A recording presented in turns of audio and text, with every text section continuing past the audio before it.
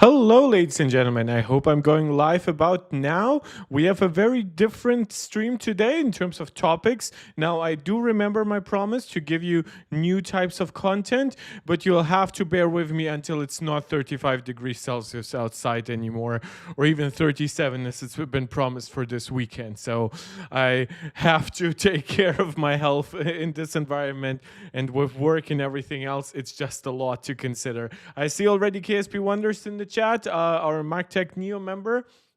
Welcome, man. I wasn't actually sure that anyone would care to join for my Steam Machine rant video slash Digital Foundry reaction videos, you'll find out. But I'll be glad to have even one viewer. It shows 3. Ambush737 saying hi. I think you're new to the chat and to the stream. Welcome. If you're here to rant about the Steam Machine but don't otherwise care much about Apple, well, this channel is usually focused on Apple stuff. You're asking what's a Steam Machine, though I assume you're probably here more often than for the Apple stuff. Well, the Steam Machine is the console from Valve. Again, we're going to get to a lot of that when we react to Digital Foundry's video.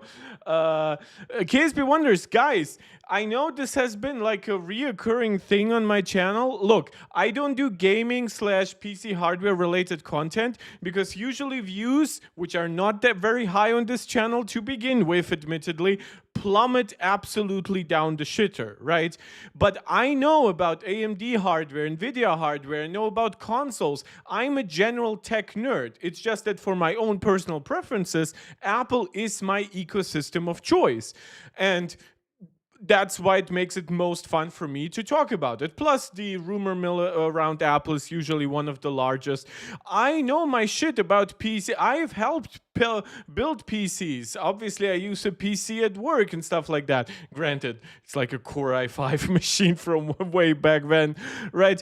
But I love these topics, and whenever you guys ask me questions, I love interacting about that. In the past, if you guys go to my Discord, you'll find the link in the description of the channel. You will see that me, Jimmy James, Ben Vinny, many others who've been there from the beginning. Obviously, I have been there from the beginning, but that kind of goes without saying.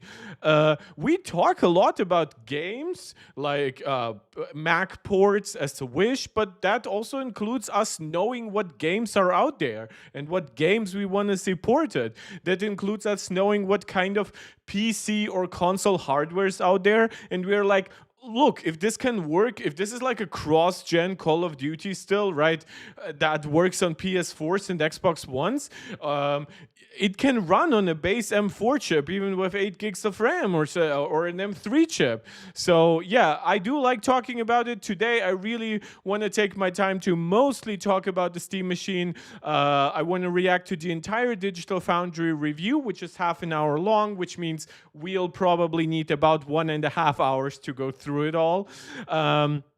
Yeah.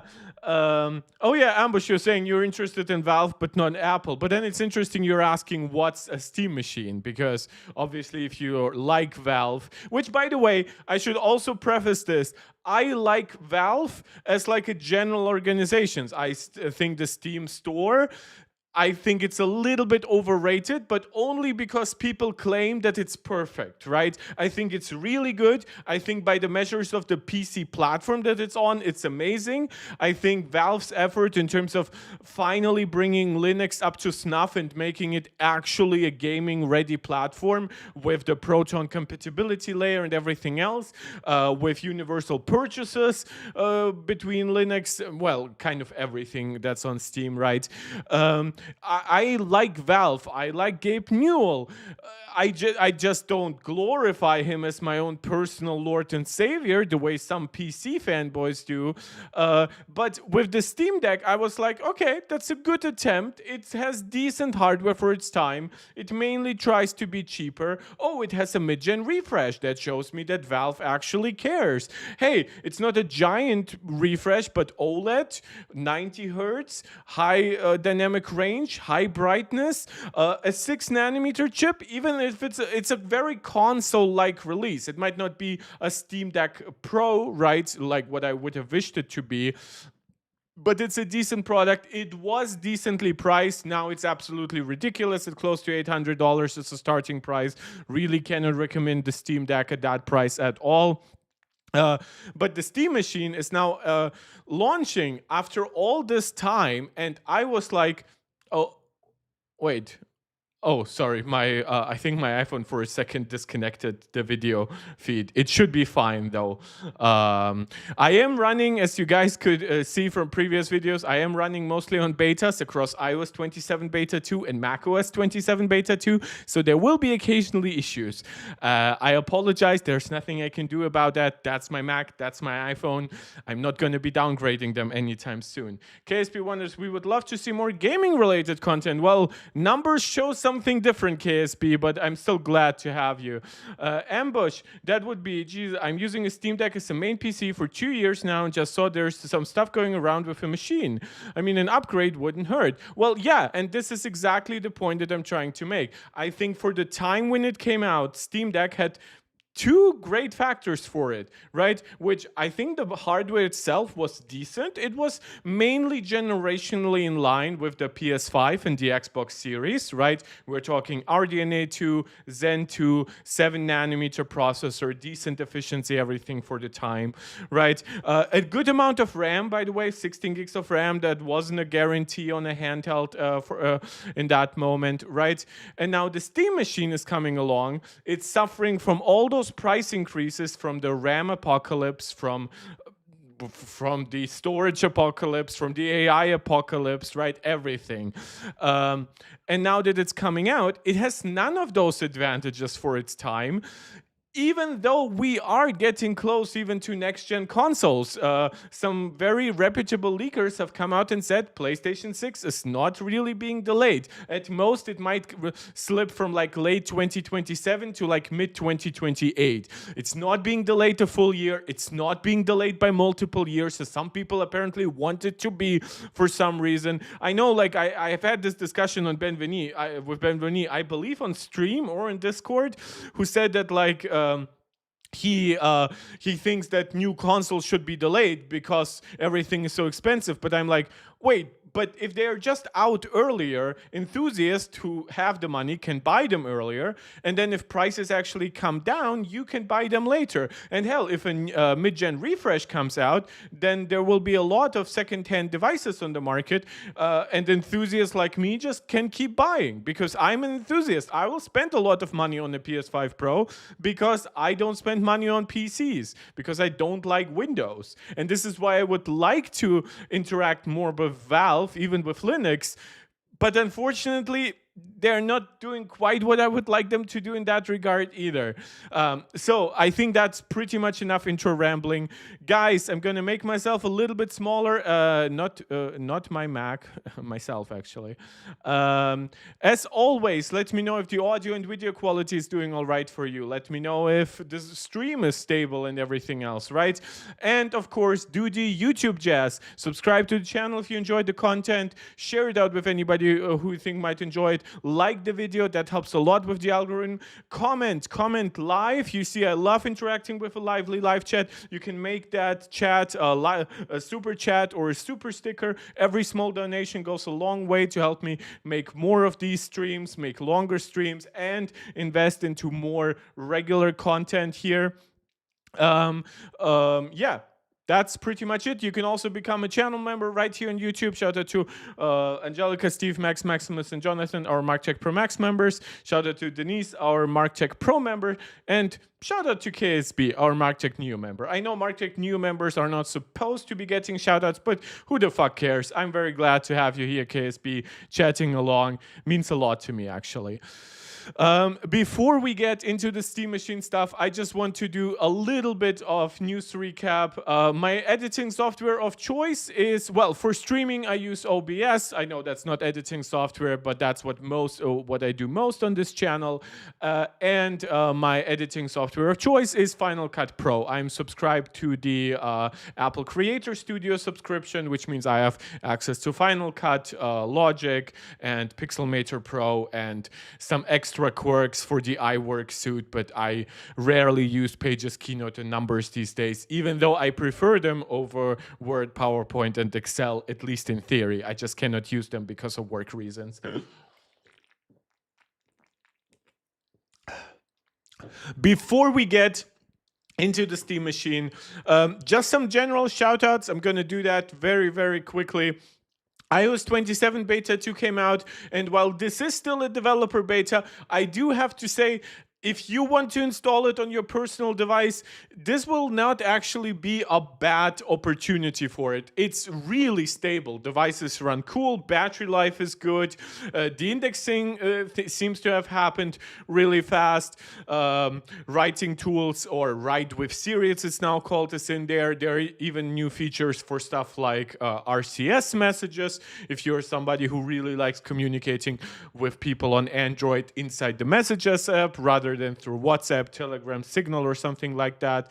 And the new betas also give us a little bit of a tease that the new Siri AI might be coming to new Apple TVs and HomePods. So we have some code basically inside the latest tvOS 27 beta. When it comes to Apple hardware, we know that the iPhone Ultra is coming this fall, seemingly this September. So after covering a lot of leaks and rumors regarding a potential delay to its release, it's seemingly still on track for its September debut. This is now the second relatively major source. Again, this is not on the level of Mark Gurman or Min-Chi Kuo who is saying that, but it's okay, right? It's a step below, maybe 1.5 steps. And alongside that confirmation, we also now have a better insight of what Apple is going to use. Now, it seems that in general there has been just a big unhappiness at Apple with Chinese OLED suppliers. So LG and Samsung remain Apple's exclusive OLED suppliers for all the major upcoming devices. iPhone 18 generation, the MacBook Pro redesigned with a tandem OLED screen, obviously future iPad Pros with a tandem OLED screen, and upcoming iPad mini that's getting OLED. And specifically for the iPhone Ultra Foldable, Samsung is actually the only supplier right now. So yeah, I wouldn't really, this isn't really surprising. We've heard rumors to that and for some time. There are a couple of details here that are interesting, which is the panels are expected to use color filter on encapsulation, or COE tech, which removes the polarizer and forms a color filter directly on top of the encapsulation layer. So again, we're looking at basically reduction of individual layers, combining them, right? That's kind of the point of AMOLED, which started as basically OLED, but with an active matrix for touch screen input and stuff like that. With the digitizer and everything, we are now combining more and more to make these displays thinner, to reduce kind of like any kind of color imperfection or lack of sharpness that might come up from it. But even more interestingly is that this report seemingly confirms even further that the next generation of Apple devices are going to use Samsung's M16 OLED material set. In this case, not just like M16 or something equivalent from LG. No, we are really looking at M16 because the iPhone Ultra is Samsung exclusive. We know, of course, that the iPhone 18 Pro and Pro Max are going to use an LTPO Plus screen, and seemingly this is part of it. So don't expect the now. Pixel density will be a bit lower. That's, of course, a different discussion. But when it comes to the base technological properties, LTPO, M16, high brightness, slim bezels, all of these technologies will also make their way to the iPhone Ultra. Kobat, this is a Steam Machine stream. Source, trust me, bro. We are just getting into it. We are almost ready with the news recap. I am doing some intro babbling. I'm really grateful that people are coming in, leaving messages in the chat. That way I know some of your opinions before we get fully into it. This is the nature of live streams. uh, Cobalt P. Yippee, I feel stupid for still wanting the Steam Machine. No, you're not. I actually fully understand it. It's a sexy little box. It's for a similar reason that I like the Mac Mini, even though the Mac Mini does nothing for me that a better MacBook wouldn't do as well, right? Which also, of course, on the top of that would also be portable, have an amazing screen, amazing speakers. No, you're not stupid. But yes, when it comes to the value proposition, it hurts to want a product that seems to be so unaligned with, especially with something from Valve, right? Because we associate Valve with something like the Steam Summer Sale and this ridiculously cheap games. We associate the Windows PC platform, unlike consoles, with free multiplayer, right? So you don't have to pay for a subscription service. So it does feel kind of really hurtful, especially when it comes from Valve, to see a product that's such low value relatively to what many of us expected. KSP, you can wait for a while for NVIDIA GPU support on SteamOS. Even though you could get it, the question is what will happen over the generations? What will happen with individual technologies, all those different DLSS rollouts, right? Like, I do believe that at some point NVIDIA will say, look, we made a driver stack for Linux, but it's getting like 20% the regular updates that it gets on Windows or something like that. Ichigen 511, you're also new to the stream. Welcome. This will sell out because there's the market for people. This will sell out because it's extremely low volume. This is a common misconception that I see from people when it comes to certain technologies that launch these days. When people are screaming, "Oh, something sold out," which means all the critics online were wrong. We saw that with the Steam Deck update recently, which means it came back into stock. It got its massive price increase, and then it was immediately sold out. And people are like, well, told you, there is still demand. No, that's not how it works. If you produce a ridiculously low amount, which we know is true for Valve, Valve is basically coming out and saying, we do not have supply almost at all, right? That's why their stuff sells out. It's not because it's selling in crazy numbers. Like, Steam Deck over all its time has now been outsold, I think, quadruple times, at least 3x by the Nintendo Switch 2 in 1 year. I'm not saying that there isn't a market that will buy it day one. There is a market for that when it comes to Apple, for stuff like Apple Vision Pro, right? Where even a very expensive, potentially you could argue a low value product, right? Like that will sell out, or at least will sell decently a decent amount, so that supply at least dwindles. They cannot access the Steam library with a console. You can buy a pre-built PC, Ichigen. That's not true. You do not have to get a Steam machine to play Steam games on a system that you don't build yourself. And even then, most people will be better off of getting a decently powerful Windows laptop. You might have to pay a bit of a premium versus the Steam machine, but now you have it in a portable form factor, which makes it good for school and work and being more mobile with it at home. So no, I don't think that just because it has some market, you should be defending it as if it's actually good. Because the problem is, it's not just the high price. It's low performance, it's 8 gigs of VRAM, it's uncharacteristically high pricing for upgrading from 512 to 12 gigabytes to 2 terabytes. No. Ambush, we all love AI. Will I get better performance with the same form factor and 1K as a budget? The same form factor, most likely not, but that's because well, no, actually, if you buy a Strix Halo mini PC, you would just have to be careful. You would have to get one with 8 cores. You would pay a bit more, but usually these also start with like 24 gigs of RAM or something like that. So that's already better. They will be more efficient. They will have access to more storage. Yeah, so in general, at the exact 1K Probably not, but if you stretch your budget to 1.2K, you will get something better, like meaningfully better, where the core technologies are better. You will not be CPU limited in many scenarios. You will have a GPU that's far better for AI acceleration for stuff like the new FSR 4.1 technology. You will get significantly better, albeit still a bit disappointing, RT performance, because RDNA 3.5 is decently better at RT than RDNA 3.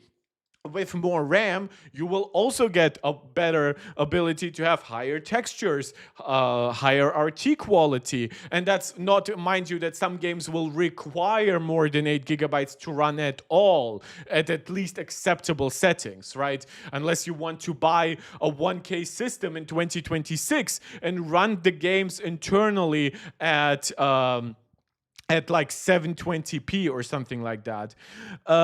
Cobalt, I don't think people are realizing that Valve can afford to subsidize the Steam hardware. I understand, but then stay out of the market. That's the issue. Let's look at...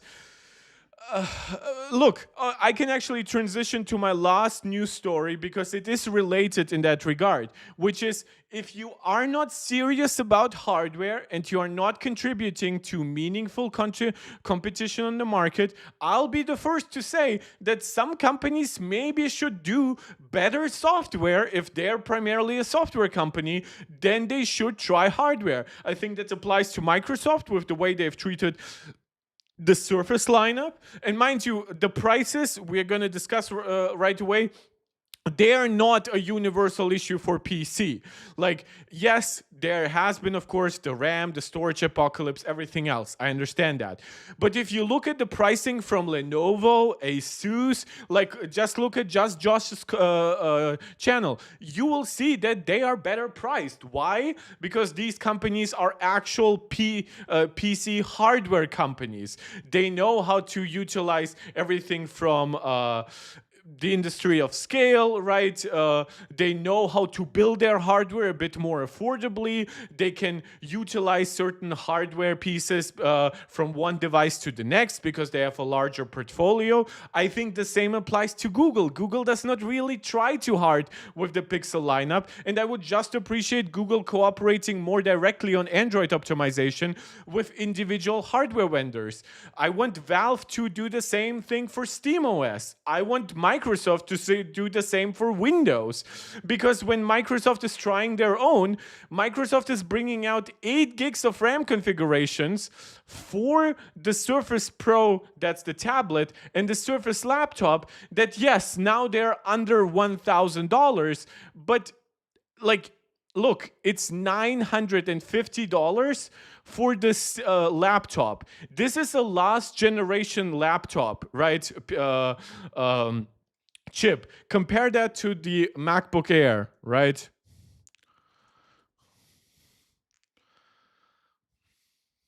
Which I know, if you are here because of Valve, you probably are not the biggest. You're probably not the biggest. Jesus. Fan of Apple, so deal with that. I'm somebody who can be appreciative of the different things. Apple for college, yeah, okay. So buy the MacBook Air, right? For $1099, you get a machine with an infinitely better chip, right? Even if we look at the Bint M5, right? And you get it with 16 gigs of unified memory, 512 gigabytes of PCIe 4 storage at this point, right? Meanwhile here, right, $1149 for the version with 16 gigs of RAM, a way worse processor, and half the storage, and from what I understand, the storage is slower as well. So you're paying $150 more for a Microsoft product with the same configuration of storage and RAM with a way worse chip, right? So this is like Strix Halo Mini PC. Some of them have been pretty expensive when they launched, but now you should be able to get them, especially on like a discount. if we are looking at the 2 terabyte version, that's 1349. The prices I get recommended here, of course, in English, in German, so it's European pricing. Wait, I just clicked on Show Me English. Jesus, Google refuses to pricing US. Yeah, I'm not talking about the highest end Halos PCs. I'm talking about, what is it called? Is it the 385 now, or even less? Yeah, there's stuff for like $1,800, €1,500 from like no name brands here. Yeah. Wait. What? Oh, that's a different currency. I apologize for that. Ambush, yeah, ich bin Deutsch. Also, ich lebe in Deutschland seit vielen Jahren. Let's look at this. Okay, this is much more expensive. Did they all get a big price increase? Because I don't care about the 395. How do I look up like a price for something in the US? Because I do want the dollar, like the. Is there something pre-built Asus Mini PC Strix? It's probably gonna recommend me a lot of Strix point stuff. Strix 385, or is it 380 at this point? That's.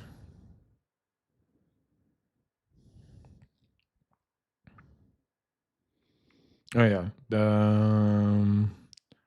Well, in terms of raw compute, 16 GPU cores will perform worse than the 28 cores there. These 32 cores, depending on the power that's supplied to them, should be close.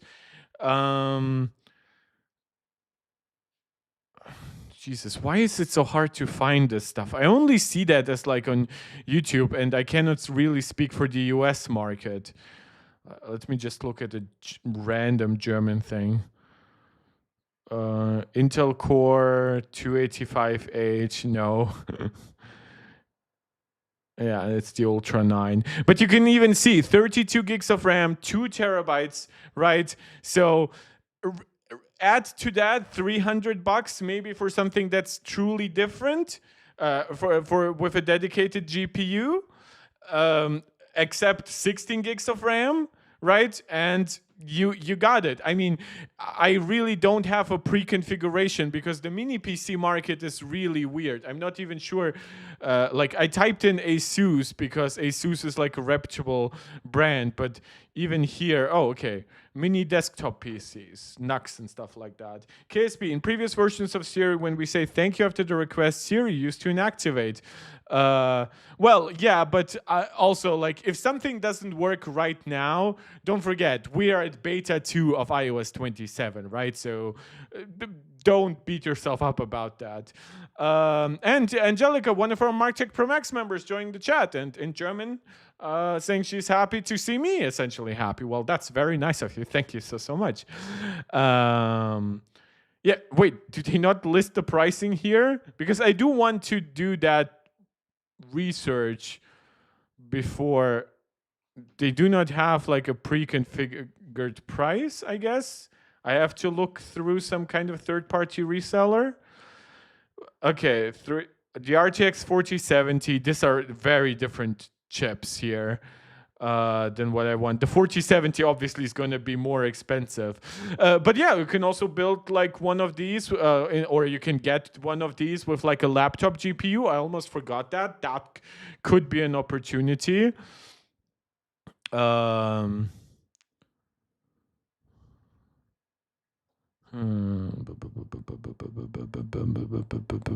Strix Halo US prices.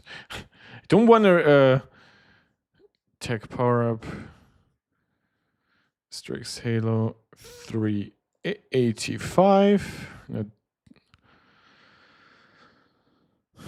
Best Buy, Corsair. Oh, okay, here. Corsair confirms new pricings for AMD Strix Halo Mini PC with up to 96 gigabytes of VRAM. Here, oh yeah, I think that's actually exactly the one that I had in mind. Because Notebook Check is a good website.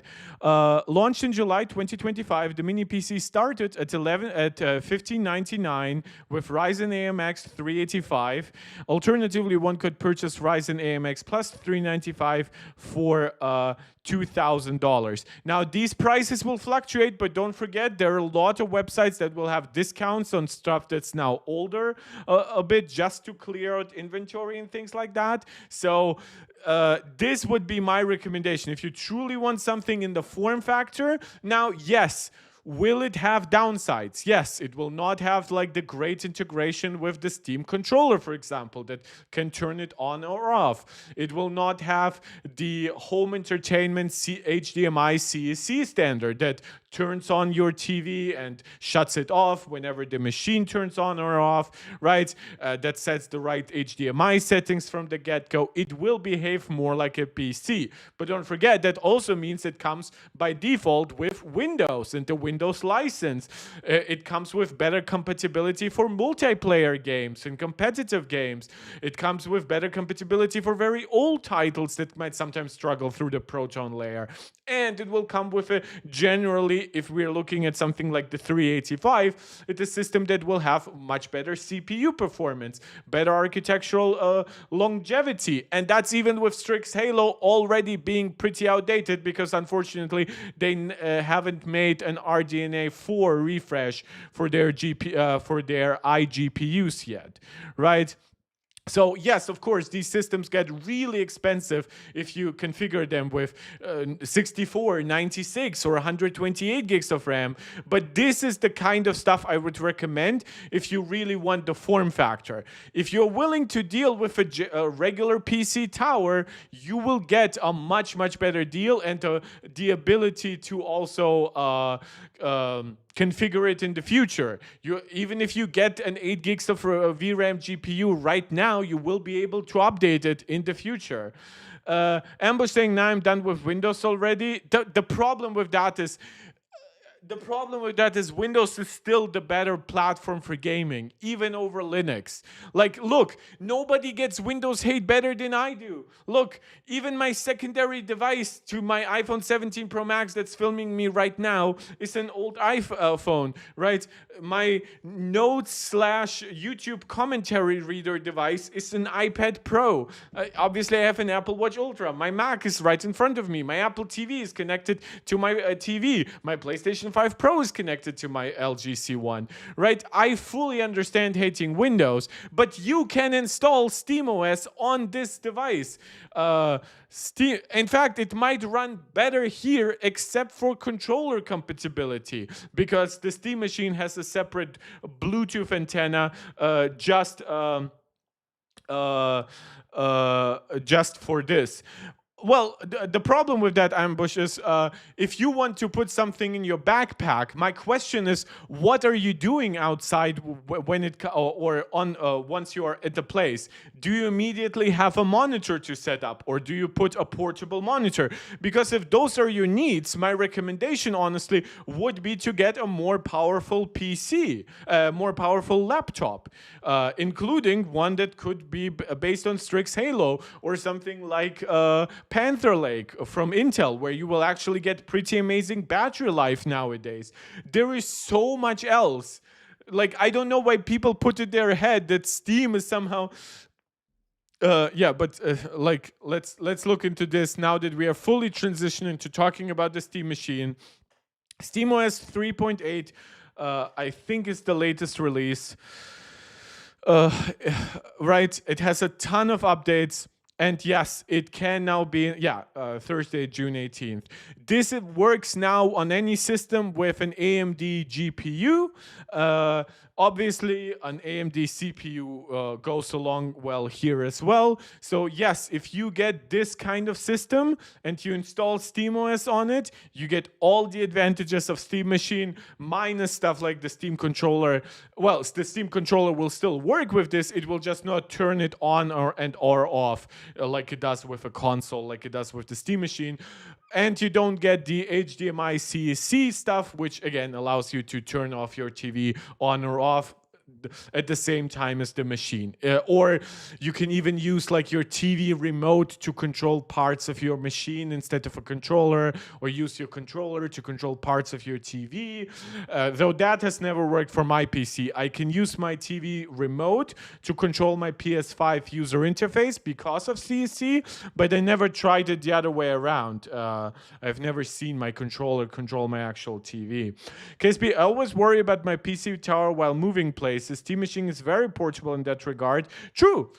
But again, now you're really asking because seemingly you do already have a PC tower. So at what point, why would you get another tower, just one that's small, rather than a laptop that potentially has something like an RTX 5070 with 12 gigs of RAM, way more performance, way more usability. You won't need to have it connected to a monitor whenever you need it. You won't need an extra keyboard and mouse whenever you try to use it. It feels like people are, because I like the idea of the Steam machine. I think one of you said, oh, I feel so stupid for still wanting it. And while I said, I understand that.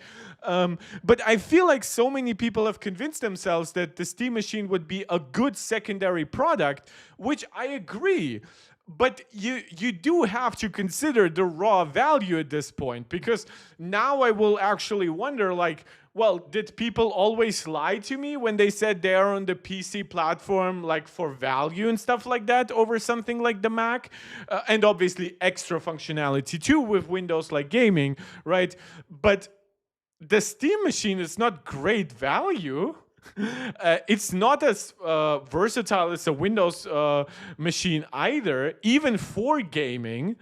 And if you are willing to look at the base configuration, now you're looking at something with 512 gigabytes, which this is now the entry configuration of a MacBook Air, which, like, that's certainly not something I would associate with PC gaming. Like, that's 1.5 Call of Duties, maybe 2. But before you listen, I also think that most reviews have been a bit too kind on it. They have tried to focus on this form factor advantage and things like that, which again, plenty of mini PCs with actually more efficient components. They might be bigger, but they're also bigger because they're more powerful and they're willing to feed their components more energy so that they can be even more powerful while also being more efficient, mind you, because most of them are built on 4 nanometer technology, while this is built on 6 nanometer. But we should slowly transition to the Digital Foundry video. As I said, this is going to be, I've watched this, I've listened to this, I watched like 1/4 of this. This is like an hour-long Gamers Nexus. I watched the videos from many YouTubers on that. Mr. Matty Plays. I watched Dave 2D, who had an actual review. So from some I just listened to the text, from some I watched the actual like review if they had one. So I do have my input ready, just so you're prepared. Prepared to argue on the arguments, not just on vibes. Ambush, I already got Bazite on 3 devices. Nice. That's, from what I understand, it's the best Linux distro right now for gaming. Steam Decks, and some other thing. Okay, the third thing is mysterious. Is that like your sex toy? Did you install Bazite on the sex toy? Thing is, I come to a point, I trust Valve that they give me hardware with good support. But that's the problem. There is only so much support that they can give. Like, think about the RTX 2000 series, right, from NVIDIA. Look, we all know NVIDIA is scummy. We all know NVIDIA likes money and everything, right? We are not naive. But the RTX 2000 series has every generation of DLSS. Unlike AMD hardware, NVIDIA did not have to be forced to offer you their latest upscaler, right? Like FSR 4.1 finally coming to RDNA 3 this week. You get RT performance that's years ahead of everything else. It took Apple like up until the M5 generation to fully catch up and in some cases exceed NVIDIA's a ratio of raster to RT performance. Right, AMD still hasn't caught up with that. Intel still hasn't caught up, and Intel tried to make dedicated GPUs, but then failed. And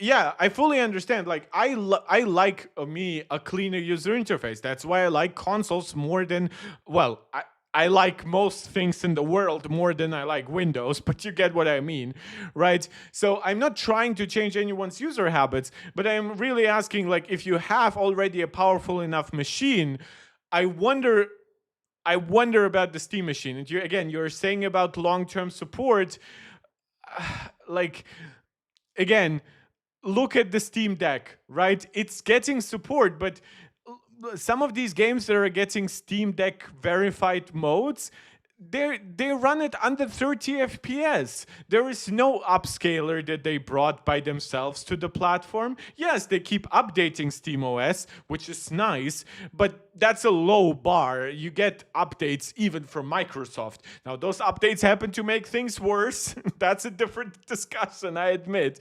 But I'll just preload something so it just doesn't look like I'm entirely on a black background. So yeah, I'm not against the idea of a Steam machine with SteamOS fully optimized. I am against a machine in 2026 that costs well over $1,000, that comes with 8 gigs of VRAM, a CPU that only has one RAM slot filled, right? So you get a single channel memory. So you might actually get a CPU that's technically faster than the one on the PS5, but you instantly gimp it with a single channel memory setup, right? So again, not saying it's bad, just saying it's poor value. I think if this machine had come out for $600, it would be great. I think at $700, it would still be good. And I think at $800 with a controller, it would still be acceptable, right? And I wouldn't be making a video about it. But $1,100 for a Steam machine with a controller? Now we are looking at Apple-like prices, but without Apple's ecosystem or anything like that. If there is a laptop that is 1 to 1.2K and have better performance for both gaming and video editing, I'm buying. There are some, but usually the problem with a laptop, obviously, if it has to cost the same as the Steam machine. By the way, don't forget, the Steam machine, when we are talking about the $1,100 version, we are talking about the one with 512 gigabytes. So at least you have to allow me to stretch it to the 1300 configuration. And even that one is actually the one without the controller. If we are looking at a $1,400 laptop, probably a last-gen laptop, but a last year's laptop, but components haven't really changed much in price from 2025 to 2026. You will find plenty that's about as powerful as the Steam Deck, but then also offer you, of course, a screen, a keyboard, a trackpad, speakers, camera, right? All of that. Yeah. At $1,000, it's a bit more difficult because of the recent price increases. I don't want to be beholden to 1 to 1.2K because I've seen so much go up by like 20-25%. But if I take, because I know that these laptops have existed at 1.2K last year, and I add to them 25%, I think there will be stuff from Lenovo, and Asus has like their tough laptops and stuff like that. For that, I'm not the biggest expert. I do recommend the channel from Just Josh. I think that's the best laptop channel. I don't judge the verifying system. You should go from the Decky plugin thing. Okay, but now you ambush. I'm very glad you brought something like this up, because this is the prime example of why I think Ichigen brought up the fact that like it will still sell, right? This is not regular consumer behavior, which I'm not judging. It's good. I'm a nerd too. I get my sources, my information from all kinds of sources. But when you're saying you have a special plugin on top to get better information about how well optimized the game is for your specific, already kind of niche piece of hardware, we are not talking about behavior representative of the regular consumer. And while I am a nerd myself, and I know most of you are nerds, when I say something like the title of the video, like Valve Steam Machine is dead on arrival, that's what DOA means, right? I mean that it will not find a mass audience. It will not even get the traction that the Steam Deck got, because the Steam Deck, you could criticize the original version. It had a crappy LCD panel. The 40 watt hour battery didn't run too long, right? I think the speakers weren't too great, but still okay. But all of that didn't matter because it was $400. And now well, granted, that was for the 64 gigabytes EMC storage, so probably you would have looked more at the $550 configurations. But even that, now we're looking at half the price of the Steam machine, and we're looking at a product that actually has some unique advantages, like its portability. The Steam machine's advantage of being a slightly smaller form factor than a mini PC, like for most people, it barely matters, and for many people it matters a little. For some it matters a lot. For most people it doesn't matter at all, because they will just put it in a corner, connect it through HDMI or DisplayPort, and be totally fine. KSP, glad that I bought my LCD Steam Deck for $200. Well, yeah, that's exactly the kind of value that I'm talking about. Obviously, that's not MSRP, but if you can find it, that's great.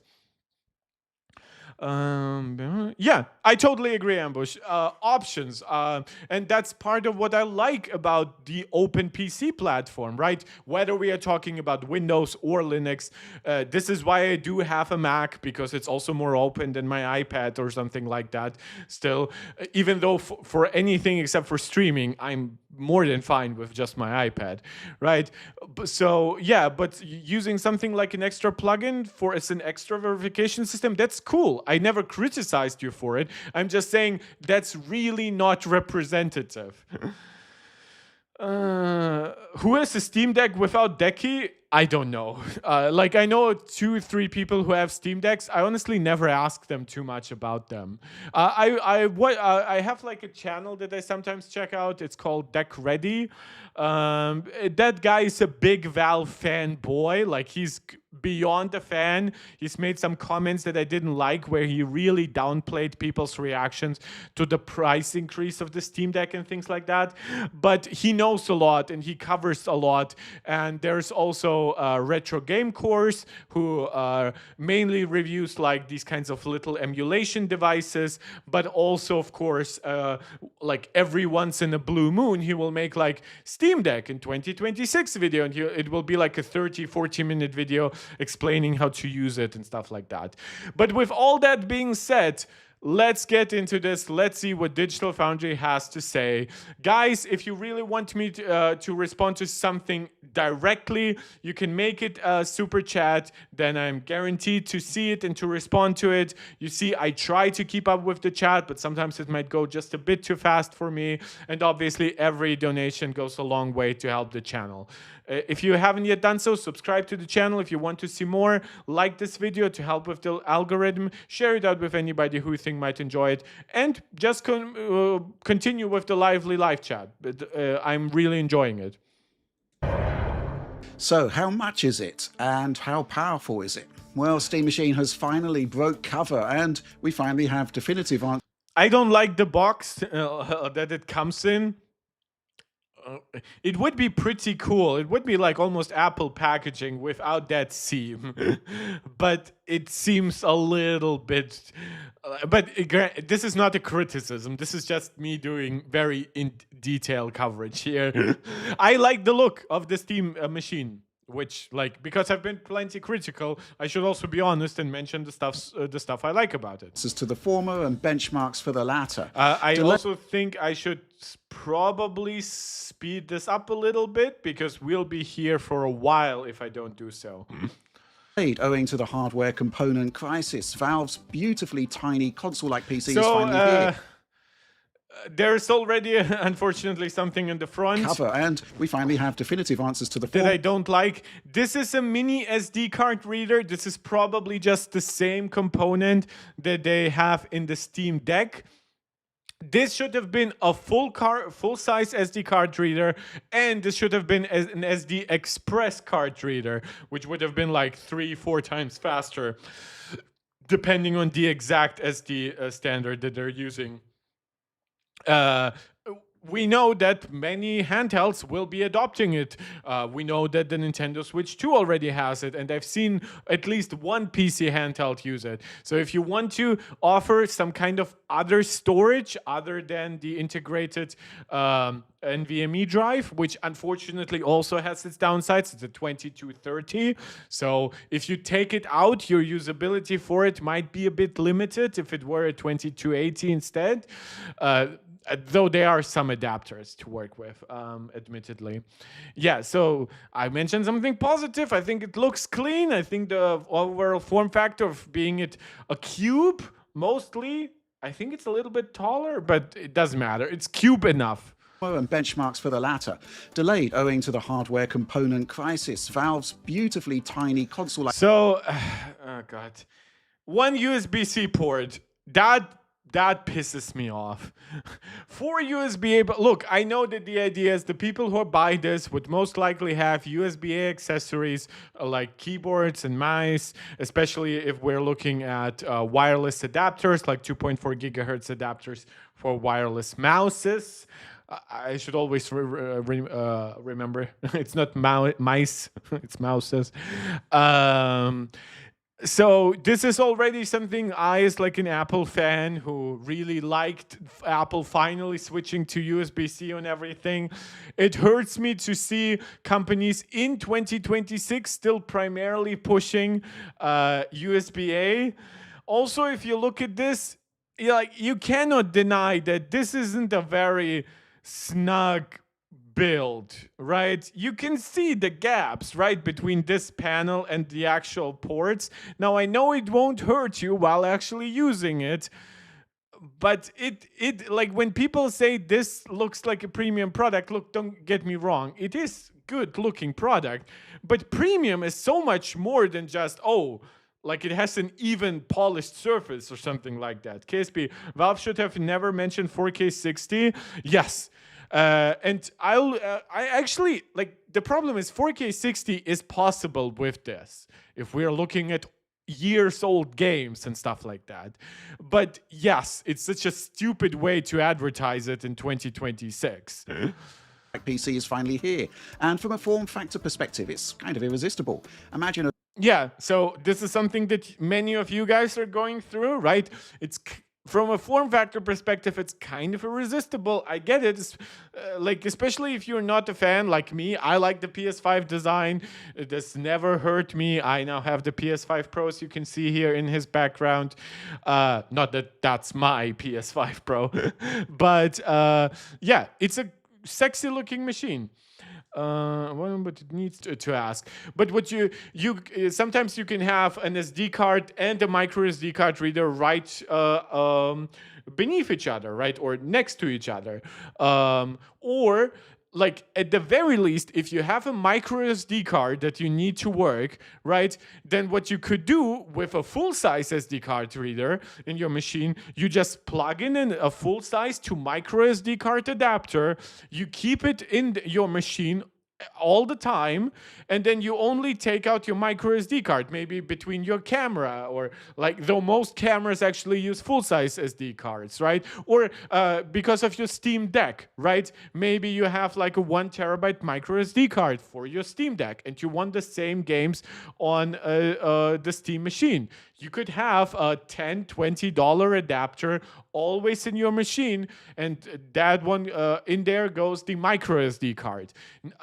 But that means if you actually have moments where you want to use a full-size SD card, now you have it built in. And if the standards keep evolving and you have more micro SD or SD Express cards that are way faster, which means you could actually play more modern games from it, which you really cannot do with the micro SD card standard as it is on the Steam Deck. Yes, you can play games, but mostly older titles or emulated titles or titles at such low settings and texture quality that why would you want the same settings as you have on the Steam Deck on your Steam machine? It's 5 times more powerful.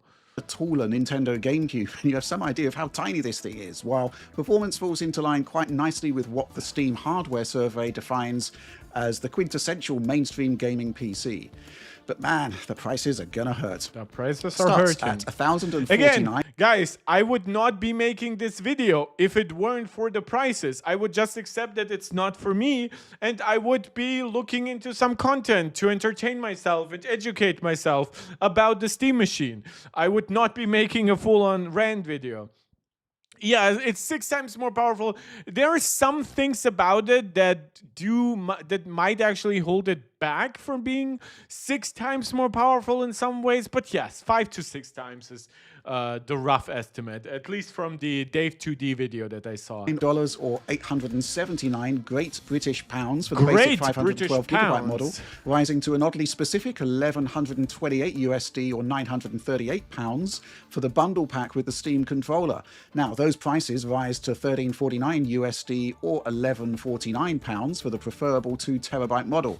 And that rises... Yeah, that's a good way of putting it. I haven't seen storage speed benchmarks for it. If some of you know, I've seen that it says PCIe 4 on the drive, but that does not actually always mean that it's exactly 7 gigabytes per second or something like that. So yeah, if you know, let me know how fast the NVMe drives are here. Once again to 1428 USD and also if there's a discrepancy maybe between the bundles with the 512 Steam and the 2 controller. terabyte Now the 2 model. terabyte model also comes with a brace of faceplates, solid walnut and red fabric. This is ugly. This looks cheap. I hate this orange. I know it's Valve, it's orange, but man, the fact that in a device so expensive, they're shipping completely useless stuff, that goes to show you how absolutely free by comparison the shipping and the packaging is in comparison to internal components like RAM and storage. This is basically free for them to include, but man, it's still such a waste. But man, it's pricey, very pricey. Like, I'm not saying I like actually the wood one, but why do I need it included? Just let me order one for $10 or something like that. It definitely makes you think about considering a pre-built PC or building your own, and I'm sure there'll be a range of spec suggestions from anyone that knows anything about PCs. Valve itself in its blog isn't shying away from the fact that the audience has... I agree, Ambush, you're totally correct. I almost am sure that this is exactly what the internal meeting is going to be. Like, guys, we have to somehow make up for the fact that this is going to be at least $1,300. It's like more like $1,400 with the controller. And they will be like, what can we do? And I don't know, like, it feels like the smarter choice would have been, I don't know, a $100 gift card to the Steam storefront, right? And like that person was like thrown out the window, you know, like the meme where during a work meeting one guy actually says something smart but is punished for it. Yeah, and somebody said we can include some covers because it's magnets, it's cheap, man, right? And they were, and like Gabe Newell was like, awesome. Now I can afford another $500 million yacht. Options, and that they may well prove compelling. Ultimately, if you're buying PC games on Steam, they'll be fine either way. Yeah. Still, there's something about this some price. kind of game bundles, anything at this point, really. Like, there's so much else that instead they gave you wood, which, I mean, if you cannot get wood, it's good to get wood, but like you can get wood without Valve. I think we should consider. There's the physical machine itself, which has a premium feel, amazing form factor, virtually no noise in operation, very power efficient.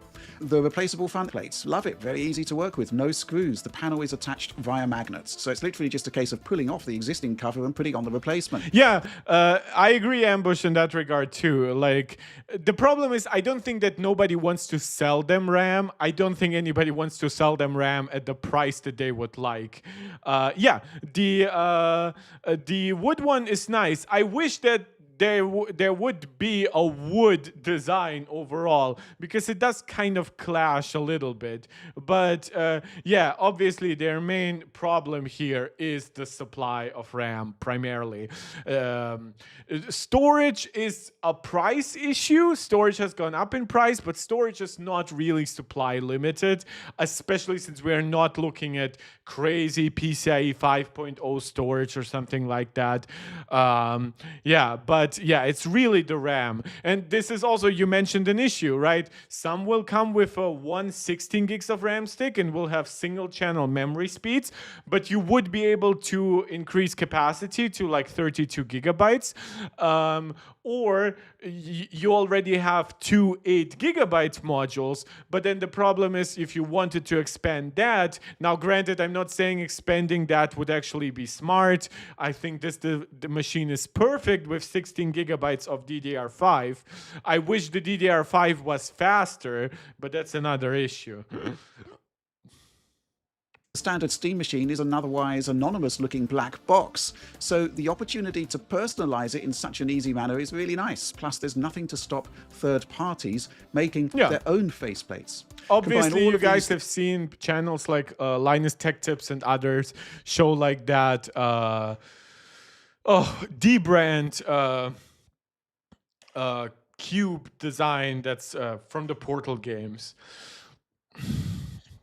Yeah, I agree. The community will handle customization. That's why I'm saying, by the way, they didn't need to ship anything, right? Because I know there will be a market for it, and people will be 3D printing stuff, and there'll be Etsy stuff. Yeah, absolutely. Max, one of our MarkTech Pro Max members, just posting wood. Jesus, dude, you're lurking in the chat. You're one of our longest, most premium supporters, and all I get from you is wood. What are you, Gabe Newell, just to give me wood like he does with Steam Machine customers? Because I'm imagining who would buy an overpriced companion cube from D-brand after buying an overpriced machine. Well, yeah, well, I mean, we know the people who are really diehard into this this ecosystem of Steam and everything. Things together, and we have a lovely bespoke mini PC. And I think we also shouldn't lose focus on Steam OS itself, which remains an absolutely brilliant front end, packed with options. So everything they show here is not even that much Steam OS, it's just Steam big picture. Works on deck, works here. The difference being that the extra performance makes... And then this is actual Steam OS. It's the settings part. It's the settings panel that basically always exists to the right. One thing that's, of course, very nice here, because thankfully they do actually have a good implementation of stuff like HDMI and DisplayPort, which we were afraid of because of some initial specs that they mentioned.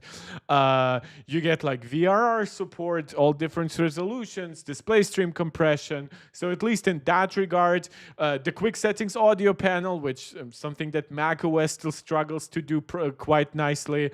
All of that I actually really welcome. Ambush, you're saying you're a diehard, but you're broke. Well, that's why you're watching the video. You're getting the second-hand enjoyment. Plus, hey, maybe my criticism will turn you less into a diehard, and after that, you will have less of a wish to buy it, and that will kind of like take away some of your pain. KSP, I thought of building a Steam ecosystem, but no thanks to the price. Oh, I think you mean with hardware, right? Because obviously, if we're just looking at the price of games, then Steam is one of the best platforms for that. Even I, as a die-hard console fan, will acknowledge that easily. For a flowing, nigh-on flawless interface. So there's the experience, right, which is pretty flawless in my opinion, but then there are the quantifiables, specs and performance. Yes. And that's focus, exactly where most of my criticism will come from, because I do understand why Steam OS is not as fully featured as Windows. I do understand why some games might not work on Steam OS thus far. I won't blame Valve for every little shortcoming, just as like I do blame Apple a bit for gaming on Mac not being better than it is, but I don't blame Apple for it not being as good as Windows. Yeah, obviously, maybe you should be looking at the alternatives. If you're looking to upgrade your display in PC with two quick description by looking at the CPU, where we have a 6-core 12-thread AMD Zen 4 CPU clocked at up to 4.8 gigahertz. And I've seen a couple of those cores hit 4.8 gigahertz in gaming, the rest running significantly slower, likely down to the makeup of the Hawk Point 2 architecture, which has two Ambush, you Zen really 4 are a cores, diehard. If you like the Steam Deck still at these high prices, you're a diehard. Then there's the GPU, RDNA 3, 28 compute units. So, I mean, they will mention PS5 hardware here as well. Also, like with the RAM, yes, they are mentioning that it's that's a single channel setup with 16 gigabyte module. Valve's engineers have said in an interview that it will be either one 16 gigabyte stick or two 8 gigabyte stick. This is basically an old mobile part. That's why it's rated for 30 watts. This is a poor description of the spec, in my opinion. So there are only two full Zen 4 cores. These are the ones that clock up to 4.8 gigahertz. Usually it's only one of those cores.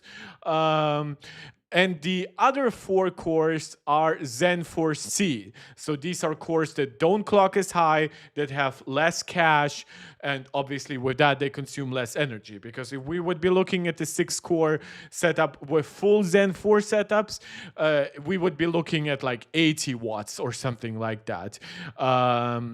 This is the Zen 4 cores, the 2 of the 6. They are the primary reason why in some games like Baldur's Gate or Dragon's Dogma 2, why it will outperform something like the PS5, because the PS5 will compete quite nicely in the GPU front, and in the CPU front it will have 8 cores, all of them Zen 2, all of them clocked significantly lower, all of them have more of the cache setup similar to the Zen 4C parts actually than the Zen 4. So because games usually will have something called a game thread or a world thread, right, which is the main computational pipeline, at least for the CPU part, of the game. That will be on like 1 core, 2 threads. Maybe if the developer is really good, they will be able to stretch it to 2 cores, 4 threads, right? And even though the PS5 technically has more cores, more threads, because it's an 8-core chip, its cores are slower. And because this one really has 2 fast cores, at least by PS5 standards, it will sometimes dramatically outperform the PS5, and with it the PS5 Pro, which does not clock its CPU that much higher, unfortunately. In terms of GPU, nope. This is where it just clearly loses. PS5 has 16 gigs of RAM. The PS5 Pro has 16 gigs of RAM plus some RAM for the OS, which frees up more RAM for the actual VRAM stuff, for the gaming stuff. The clock speeds are very much like those of the PS5, but don't forget, this is a 128-bit GPU. The PS5 has a 256-bit GPU. The PS5 uses 14 gigabytes per second RAM. The PS5 Pro uses 18. This one uses 18 as well, which means it has exactly half the memory bandwidth of the PS5 Pro and a little bit over half the bandwidth of the regular PS5. It's rated clock speeds up to 2.45 gigahertz. I've seen it maxed around 2.3 in that sort of area, 110 watts TDP. I can confirm now that it's definitely a pared back version of the RX 7600 based on the Navi 33 processor. 8 gigabytes of VRAM there with 16 gigabytes of DDR5 memory. Despite the memory crisis, we do still get 16 gigabytes of DDR5 system. Yeah, but it would just be unworkable with 8. Like the only way you like I know some people have hoped that this would use like a VRAM SoC setup, like similar to what the consoles do, or even what handhelds do, but it uses the wrong components for that. It's a separate CPU, it's a separate GPU. They have to communicate with each other. They need their own individual RAM pool, and that's why it is what it is. RAM. But it is just one 16 gigabyte module in the Steam Machine there, not two 8 gigabyte modules in a dual channel configuration. We already talked about it. By speaking to Valve that the OG but spec seemingly was dual one channel, 16 but lack of gigabyte availability module of 8 is more gigabyte likely, SODIMMs has at ruled least. that out. I didn't want to completely dismantle my review units while I still needed to test it, and time was Understandable. limited anyway. But Valve was kind enough to send me a couple of pictures of the main board. The board itself is tiny, almost Pico ITX-like according to Valve, and there you can see on the left image there the Navi 33 GPU, surrounded by 4 2GB GDDR6 memory modules for 8 gigabytes total. And on the right there, you'll see the Hawk Point 2 CPU. The image on the right flips the board over, showing the 2 SODIMM slots, one occupied. One more DRS. Let's talk about it a little bit. Wait, DRS? DRS is dynamic resolution scaling, not to be confused with VRS, which is variable rate shading, which I actually think architecturally... I'm not sure about VRS, about RDNA. No, it is on RDNA 3. I know that because the Xbox Series has it, because it has full RDNA 2, and the PS5, which also has a full RDNA 2, but it just doesn't choose to use all parts of RDNA 2. I know some people call it like RDNA 1.75 or something like that. That's bullshit. But DRS is also not an issue of the Steam Machine here. It's an issue of the PC ecosystem, because games usually don't do dynamic resolution scaling in those games, because PCs have had VRR or variable refresh rate support on external monitors for way longer than consoles, which started that only with the PS5 and Xbox Series. And even then, the PS5 took actually like 1.5 or 2 years to actually get good VRR support. So yes, it kind of suffers from this nomad's land where it has a lot of the advantages of PC, but it's not quite powerful enough to really take full advantage of them, where VRR is really great once you go above like 90 FPS or something like that. Like that's how, when I will usually enable high frame rate modes with VRR on my PS5 Pro, right? But it also doesn't have all the conveniences and high optimization of consoles like DRS. So, while in theory it has all the hardware necessary, even its relatively limited GPU performance is still okay. It's not like the base PS5 is useless, but it just has enough bottlenecks where it just will kick you in the nuts, especially when you consider that it's over $1,000. Again, for the configuration that holds like 2 Call of Duties, right? If it was $999 for the 2 terabyte configuration, I would honestly probably not be making this video, but then it would be like, what, 30% less expensive? In place is also confirmed if you run CPU X on the Linux desktop. So you can upgrade components in Steam Machine, albeit in a limited sense. Upgrading the SSD is quite simple. First of all, flip the machine over and remove the 4 screws there. Unfortunately, Torx screws are used there, but Torx 8 or Torx 9 screwdrivers will do the job of removing the screws and the feet they're mounted into. Then on the rear, you've got another couple of screws. I don't have anybody who only has like a Phillips screwdriver. Everyone has like these variety of screws that go on top. That's fine. I think this is an iFixit one, right? Awesome. There are clips at the bottom on the rear there that you depress to pull off the casing, and there you'll find the SSD. A 2230 SSD. The problem is FSR 4.1 is not arriving for the Steam Machine right away.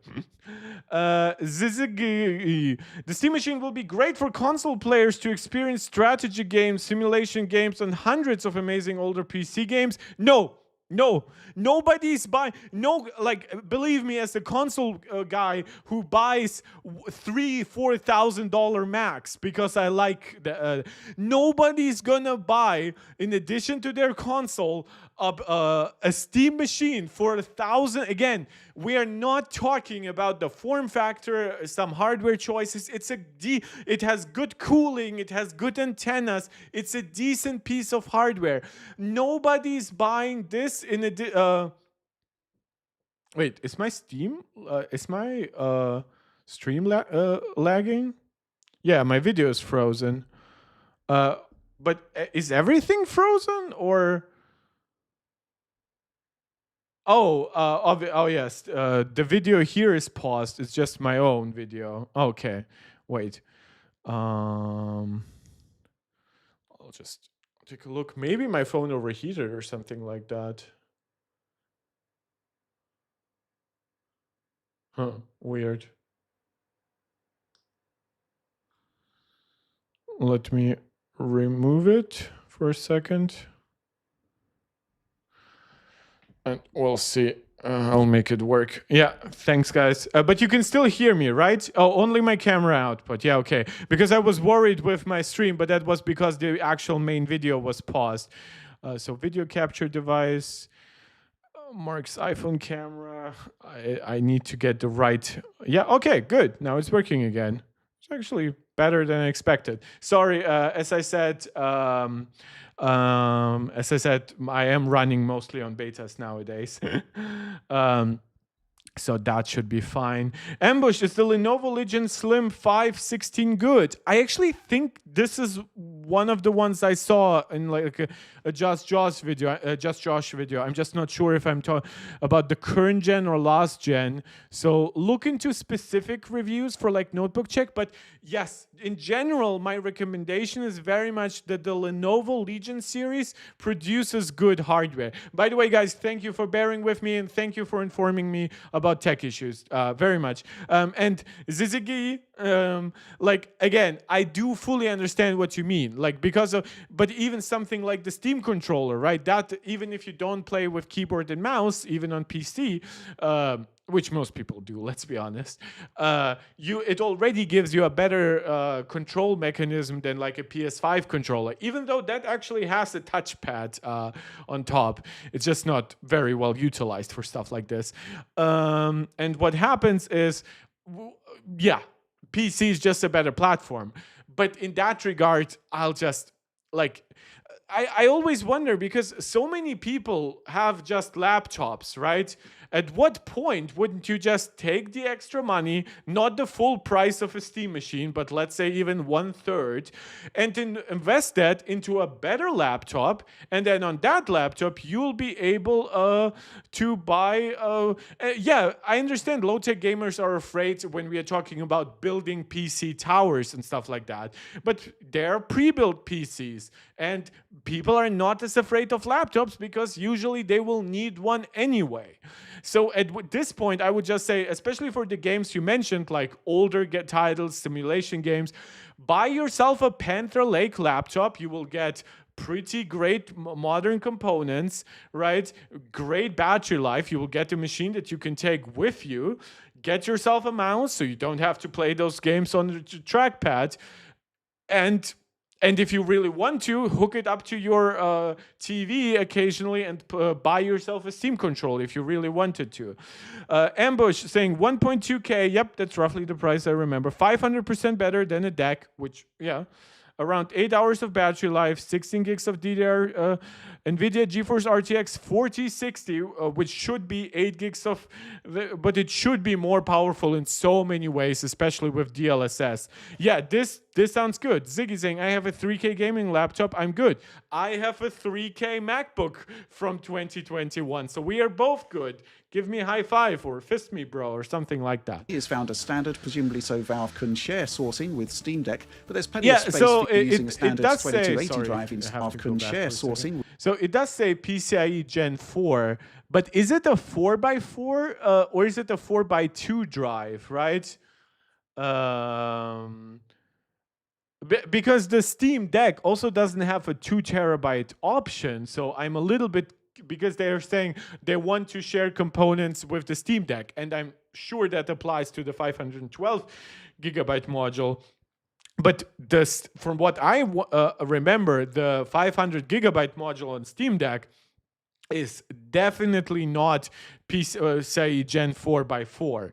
It's either 3x4 or it's 4x2. Yes, KSP, I have a PS5 Pro. I have a PS5 Pro. I'll buy a PS5 handheld. I even have a PS5 Portal, which right now is in my bedroom. My girlfriend loves my PS Portal because she's a big Oblivion fan, and whenever she's here, like, she'll just have it on the side, and we can put on TV whatever we want to watch together, and nobody is distracted or something like that. High five for laptop gaming anywhere? Yeah, of course. Well, definitely more than I believe it was you, Ambush, or was it somebody else who said that you want to put it in your bag like a Steam machine? It's definitely, even a thick gaming laptop will be a better deal in that regard. Ambush, you're saying, to be honest, I'm quite afraid of laptops because my old one kind of destroyed himself in a matter of a year. Yeah, I understand that, but you do have to understand at some point, like, first of all, more expensive machines, not always true, but generally are better. And the last couple of years have brought meaningfully better components. They will not overheat themselves and stuff like that. Cooling systems have become much better, which is partially, by the way, even without the RAM apocalypse, why machines have actually become pretty expensive by old standards, and that's because they generally have become more premium. They have better feeling trackpads and keyboards. They have a little bit less deck flex when you press down. They will have a bit less lid flex if you like try to push against, or like maybe do like a screwy motion with your laptop screen and stuff like that. So in general, I really like the projection of where Windows laptops were going. Now, I do think Apple had a leg up thanks to Apple Silicon, but if I was more interested in gaming on a laptop, I would definitely not be afraid of a gamery laptop. Not necessarily one of these like 3-inch behemoths or something like crazy like that, right? Like these that have like this like a 500-watt power supply or something like that. They have like 3 giant fans and like a vapor chamber that's so thick and big, right? There are some good like devices that look basically like a MacBook Pro but have like a dedicated GPU, and they'll do very well for most people. Play laptop on the bed, couch, desk, or even on the floor? Yeah, I mean, depends. Obviously, with a controller on top of that, you can do basically whatever you want. KSP, what the fuck? Wait, are nerds allowed to have girlfriends? Bro, I was engaged once. Like, yeah, but maybe that's because well, no, my girlfriend is nerdy in a good way too. She likes games and comic books and anime. So, yeah, I guess we are allowed with the right girl. I'm not sure, KSP, what I'm supposed to answer to that. I recommend a laptop cooling mat for any laptop gamer. Yes, especially if you can look into some reviews. If your laptop seems to struggle a bit, yeah, there is some good stuff to cool it, especially if you also have the money. Some more premium ones are a bit more expensive. Yeah, let's continue. With Steam Deck, but there's plenty of space for using a standard 2280 drive instead. One thing you'll notice is that the vast amount of the device internally is taken up by the heatsink.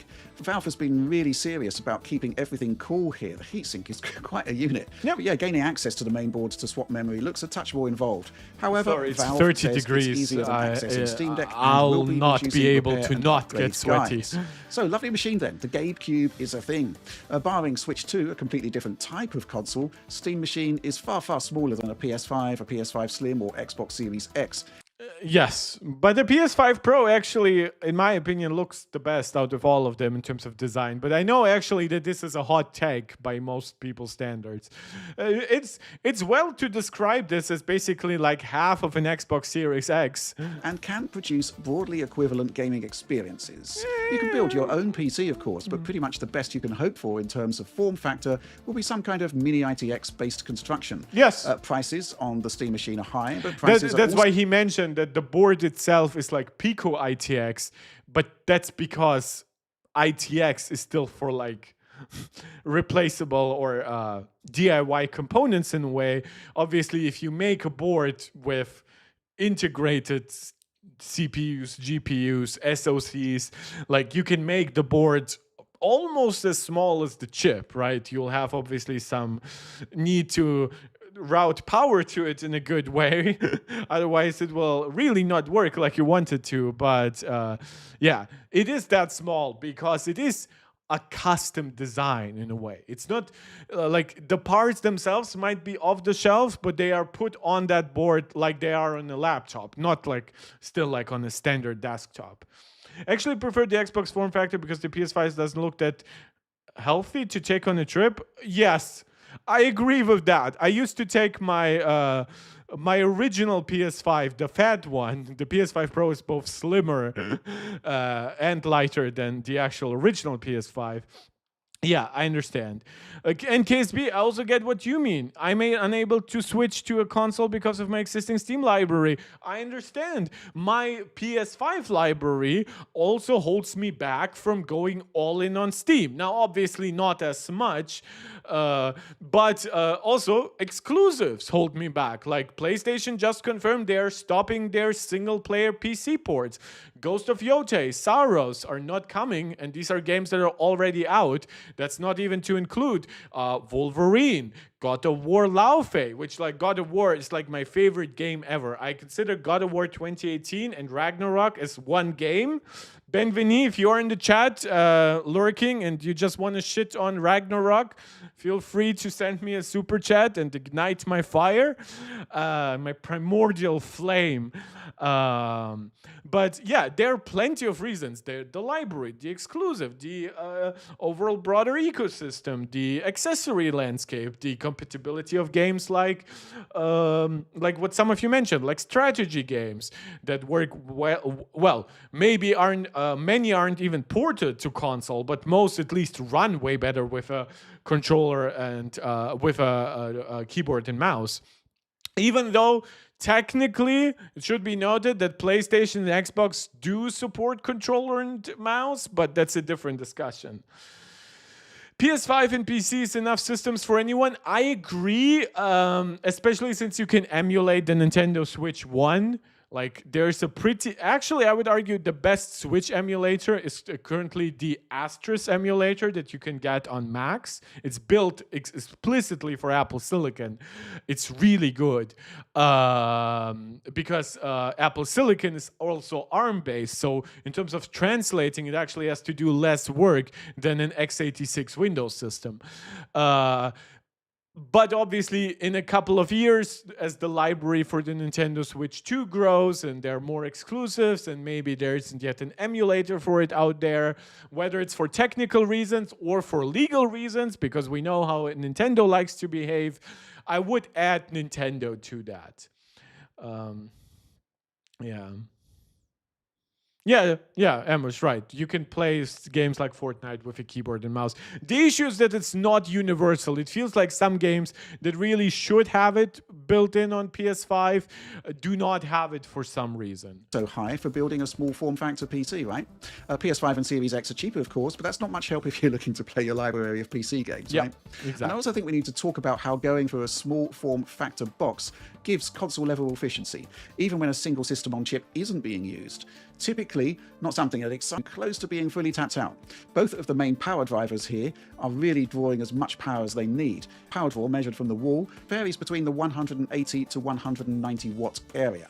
I should say that this is the worst case I could find in my limited testing, a game where we're typically GPU limited with a lower level of required CPU performance, takes that down into the sort of 100. And to all the Mac gamers who are still in the chat, this is one of the few games that's also on Mac. Actually came out day one with the PC and console versions, but that's very much the exception and not the rule. 70 to 180 watt range. Not and even the latest more Resident Evil game launched on Mac. So in PC terms, what kind of performance does Steam Machine offer compared to building a PC yourself? The first thing I did was to actually build one a while back to satisfy my curiosity about ballpark Steam Machine performance. So the Ryzen 5 8500G has a very similar CPU architecture to the Steam Machine's Hawk Point 2 derived processor. However, I quickly discovered the chip only Thanks supports for joining, PCIe Ambush. Have a nice day. across 4 lanes connected to the GPU, not 8, limiting bandwidth with an inevitable impact to graphics performance. I can confirm that there are 8 lanes connecting the CPU to the GPU within Steam Machine. And with that 8500G, I benchmarked it in CPU limited scenarios, finding that the Ryzen 5 5600X was a fairly close match in gaming performance. And that 5600X also happens to be the entry-level CPU of choice for the AM4 DDR4 based platform, a solid budget option in the current market. Exactly. That's what you should take away from the video, KSP. Exactly. The Steam Machine is a competitor to the MacBook now. You can get faster, but this remains relatively cheap, with the emphasis on relative, obviously. Yeah, so the 5600S, this one is based on Zen 3, but all cores here are Zen 3. There are no C cores here, which, yes, while it has lower clocks and it has lower instructions per clock in comparison to Zen 4, this chip will overall still in most cases outperform the Steam Machine. Ziggy, PC gaming is like fine-tuning a classic car, always tweaking sliders, tuning effect, low resolution when needed. Yeah, obviously if you're not constantly updating your hardware or anything like that. Okay, yeah, it seems like my camera might just disconnect for a second, but then it goes back. I saw now during my stream that it actually went gray for a second, but seemingly it's not actually turning off, which is nice. That might actually not even be a bug. It's so hot and humid. Maybe there's actually some cable issue or something like that. But we can continue. Because I have 0 dropped frames. Like the actual connection is really stable. The only thing I might do is... no, my system is already cooling itself. Okay, good. Market. GPU then, in the desktop space there can only be one, the Radeon RX 7600, the exact same Navi 33 processor as the Steam Machine. However, with the 7600, wattages are higher and all 32 compute units are active as opposed to Steam Machine's 28. So, KSP, I think your 5070 Ti is going to be fine for years to come. The 5070 Ti says 16 gigabytes. It has like it won't be the most efficient component by the time like 3 and 2 nanometer GPUs come out, but in terms of like if you're willing to change settings and resolutions and use like DLSS quality, maybe at some point you could turn on DLSS balance rather than like quality.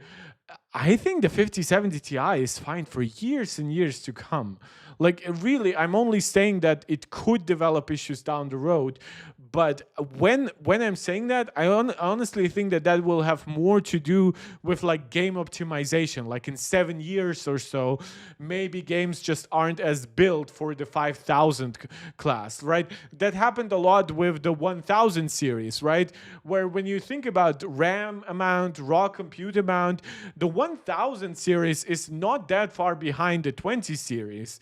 And like, yes, obviously you must ignore features like RT and AI upscaling. Yeah, that's sure.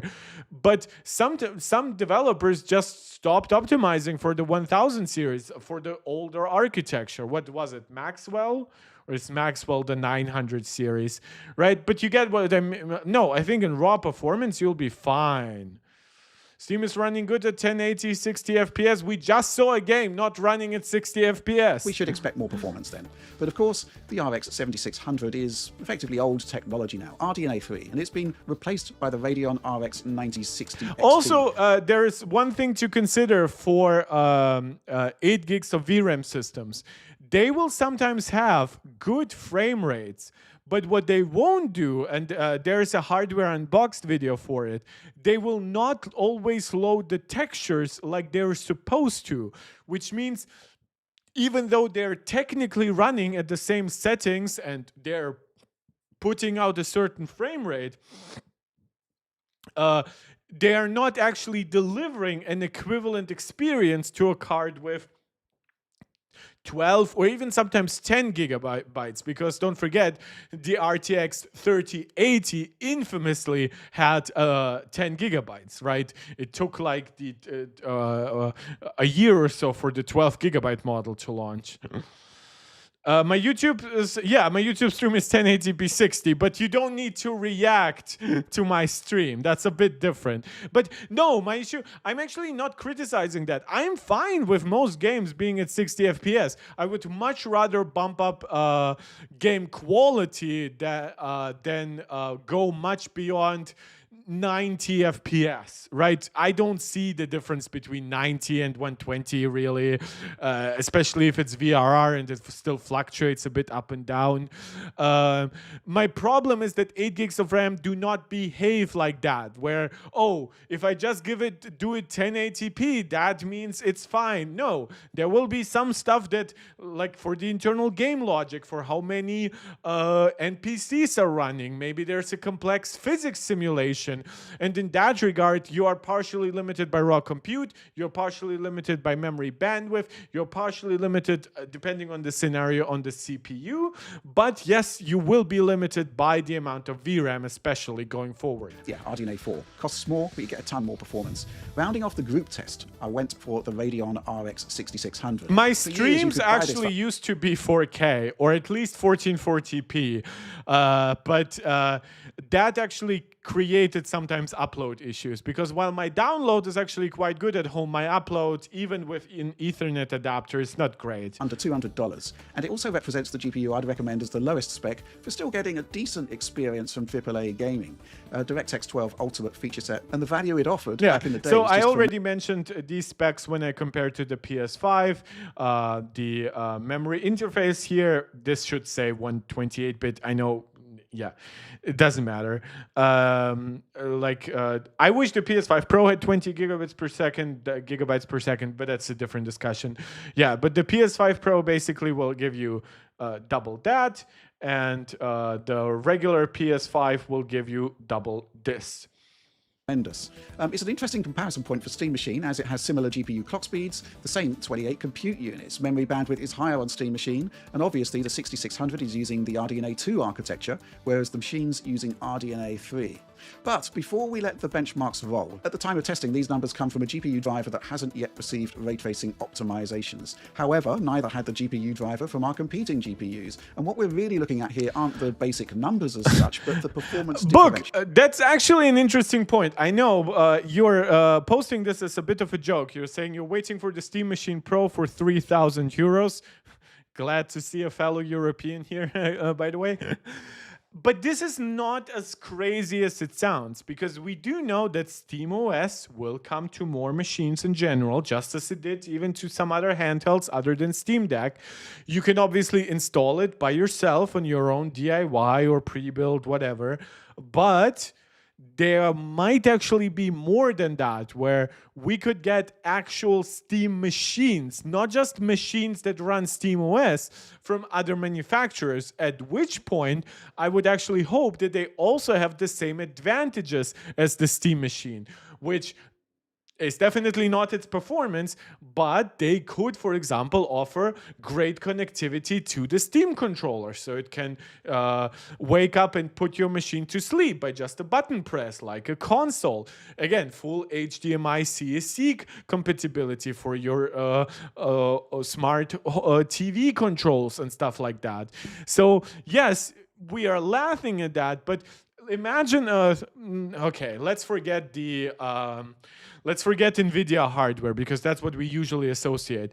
But let's think about the successor to the 9070 XT. Let's say it's a 10,000 80XT, right? Let's say it's a 384-bit memory system with 24 gigs of RAM or even 36 or something like that. It uses GDDR7.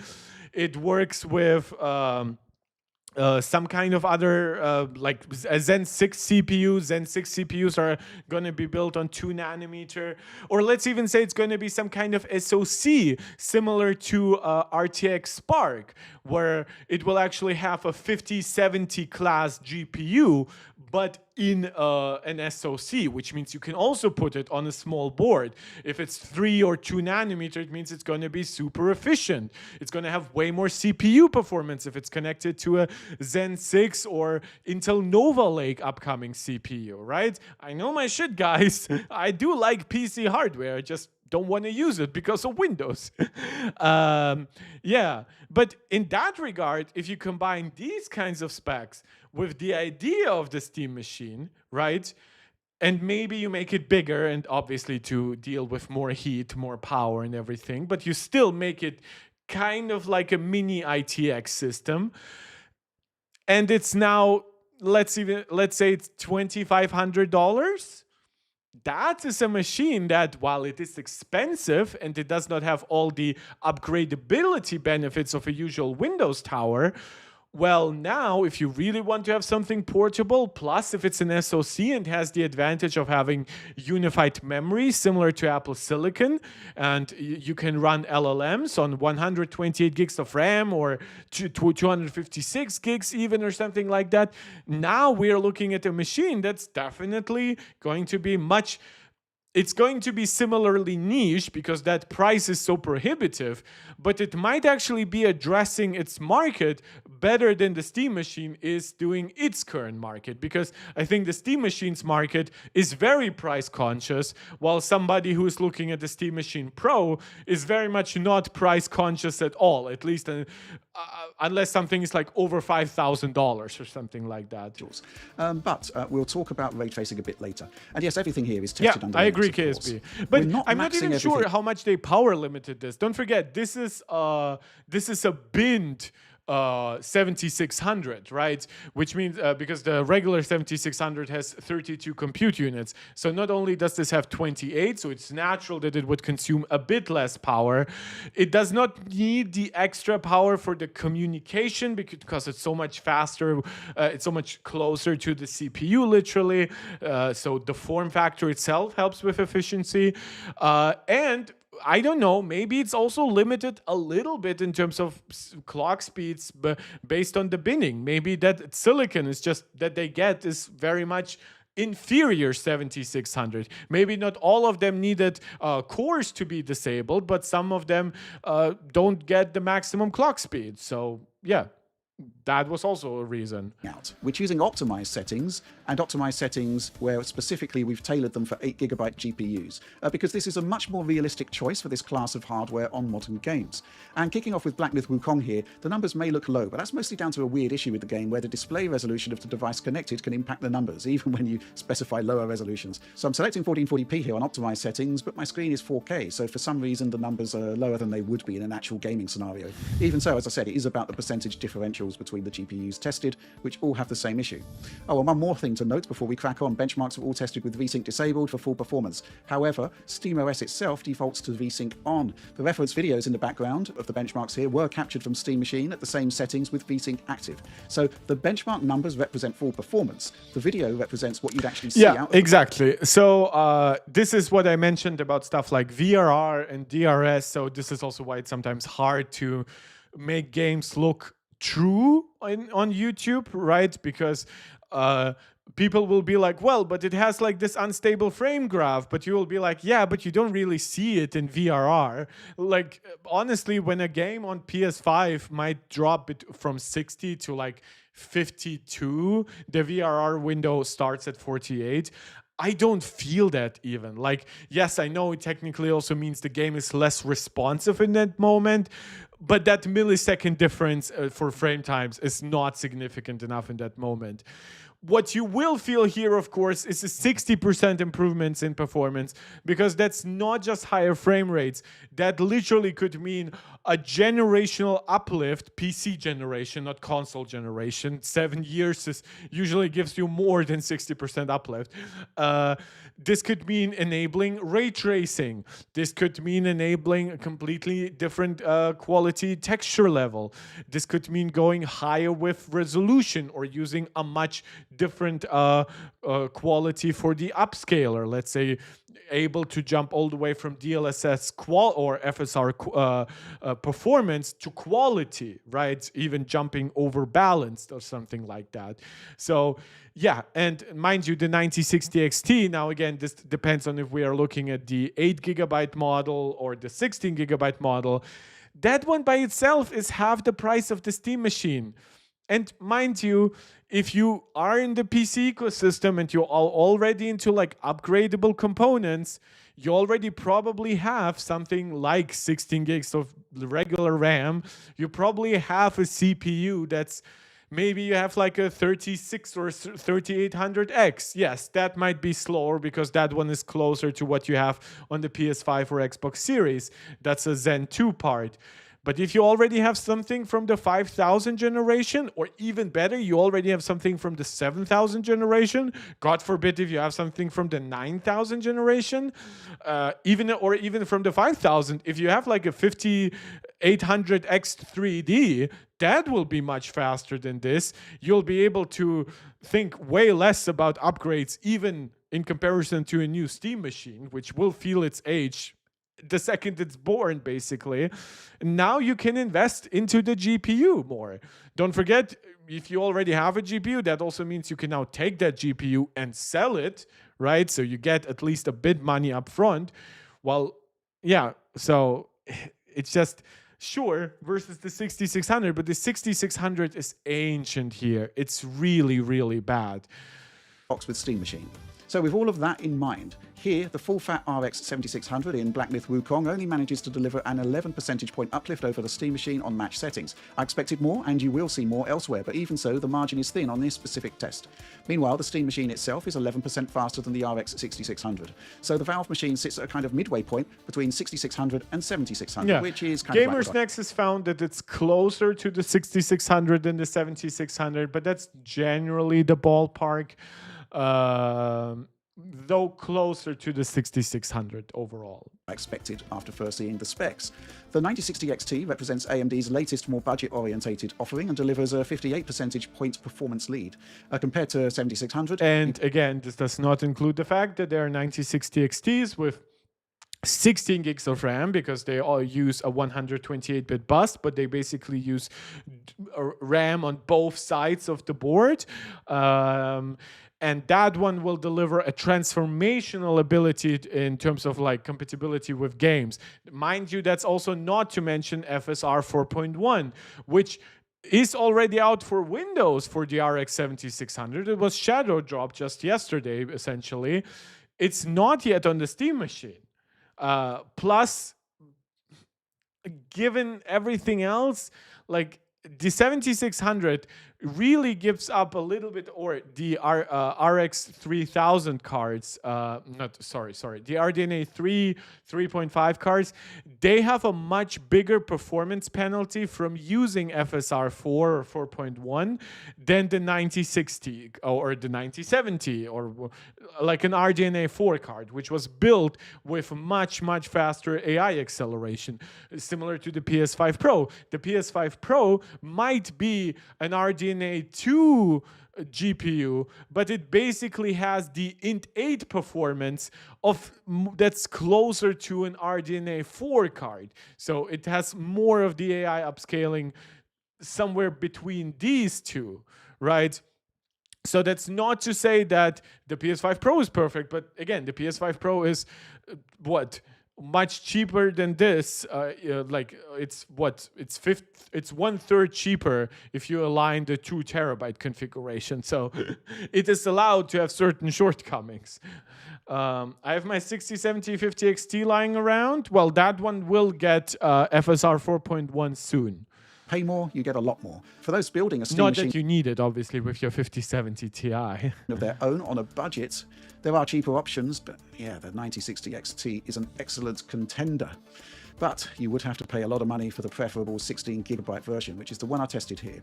Let's move on to Cyberpunk 2077, the Phantom Liberty now, specifically in the black market at the beginning of the expansion. This is a properly heavy GPU workout. We're using the equivalent to PlayStation 5's performance mode settings here, and we're running at native 1440p. And as expected, the RX 7600 moves ahead. I'm clocking a 17 percentage point increase for the desktop GPU over Valve's integrated alternative. And again, especially in a game like Cyberpunk, turning on RT, and this is a game, mind you, that is very much built for NVIDIA hardware. Like, it was really optimized for it. Things like ray regeneration from RDNA, from DLSS 3.5. Now we have a new version of, is it? Wait, ray regeneration is the AMD name, and I think ray reconstruction is the DLSS name, and it's all basically words for denoising, but based on the AI accelerators. These are graphical features, especially if you turn on RT, where you cannot do that on the 6600, 7600 Steam machine. It would take something like the 9060 XT, preferably the 16GB model, before you actually could change to those kinds of settings. In fact, I would actually recommend the RX 9070 more, which might have only 12 gigs of RAM, but it has way more performance than even the 16 gigs of VRAM version of the RX 9060. And obviously, if you can afford it, the best of the best from AMD is the RX 9070 XT. That one has 16 gigs of VRAM, more compute units, the highest clocks, all that jazz.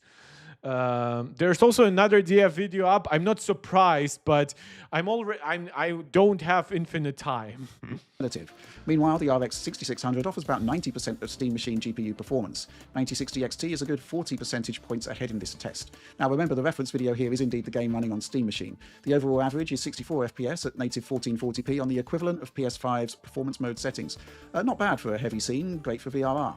Now, if you think the 9060 XT is underperforming here, that isn't down to the GPU, it's down to the CPU unable to keep it fully fed. Star Wars that's something else to bear in mind when dealing with balancing mainstream-orientated PC hardware. Look into that myself from anywhere. on the my 9060 XT offers an arguably worse experience when looking at frame times there. And a reminder that it's always best to run GPU. But that, again, that's something that you could configure. You could just make the game run at higher settings or at higher resolution or at a higher quality upscaling setting. And now you would see fewer frame time fluctuations.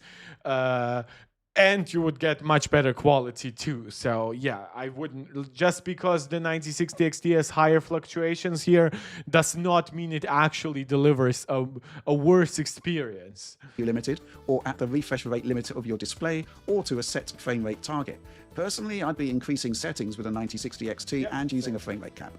And you can kind of see the same thing happening here in Resident Evil Requiem. The 9060 XT is actually 70%. Oh man, this quality level is just atrocious. This is one of those things where I saw the quality difference between PS5 and PS5 Pro, and I was so glad I got the PS5 Pro.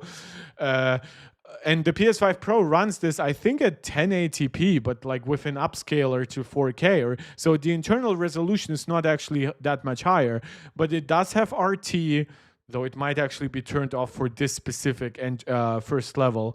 I think it was turned off after a patch or something like that. But this is, again, one of those cases where instead of playing the game at 96 FPS on the 9060 XT, you would...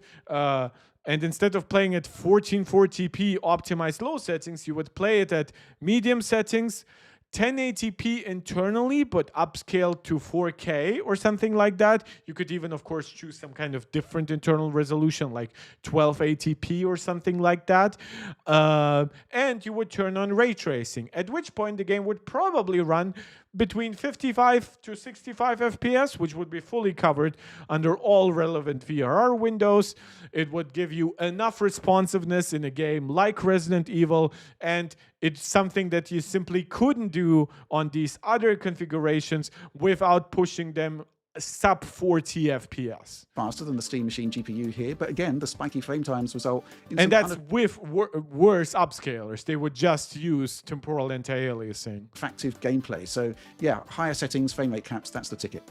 The RX 7600 is 16% faster than Steam Machine I'm here. actually going to 55 speed FPS this on up Valve further. hardware versus 64 FPS on AMD's discrete GPU. And it's a 9-point advantage for the Steam Machine over RX 6600. Forza Horizon 6 now, 1440p on lower-end optimized settings, basically aimed at 8GB GPUs without ray tracing in play. Same applies the RX here, 7600 right? is 12 points clear of Steam Machine. Though it still looks, it 1960 admittedly 70% looks ahead. better Meanwhile, here the at RX 80 6600 is only a couple of FPS percent than away from Steam RE Machine. looked But at something 90 wrong here. You may FPS. notice that the frame times are pretty awful on all cards, and that often the game seems to be Bad moving frame in slow times, motion. you can This see isn't those how here. Forza Horizon 6 is supposed to run, and perhaps a reminder that we aren't running under Windows. And Yep, this is an Xbox game, so there will not be big attempts, or Xbox Studios game, so there won't be big attempts here to optimize it for Linux.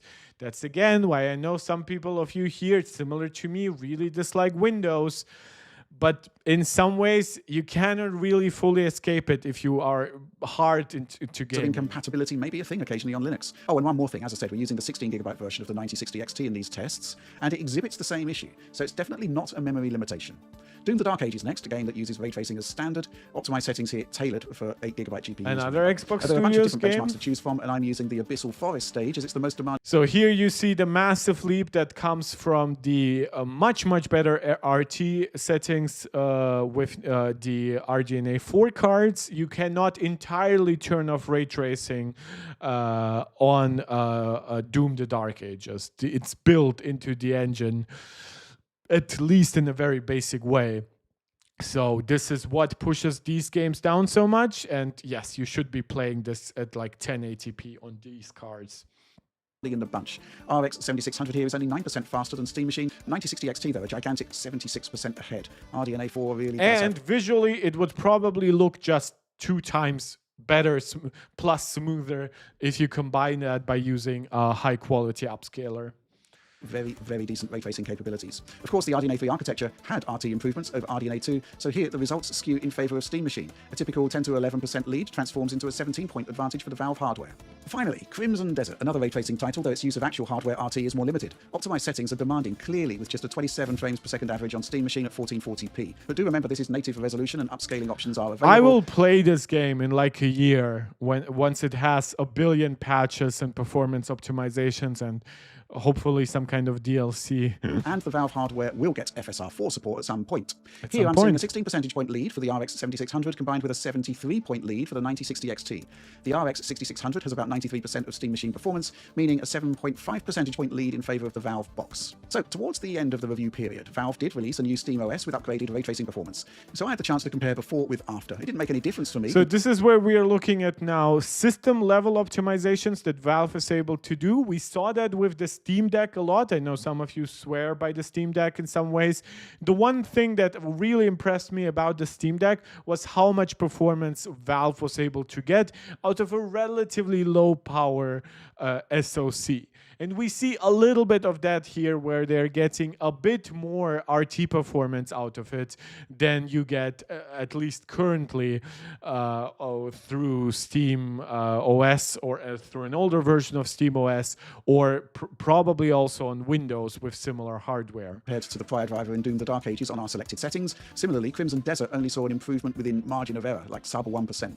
On a couple of other benchmarks, I added ray tracing where there was none before. So in Forza Horizon 6, I kept the same settings and added medium RTGI and used FSR3 quality mode to improve the depressed frame rate level. End result is a 6 percentage point gain, though the problems in general performance still remain, clearly.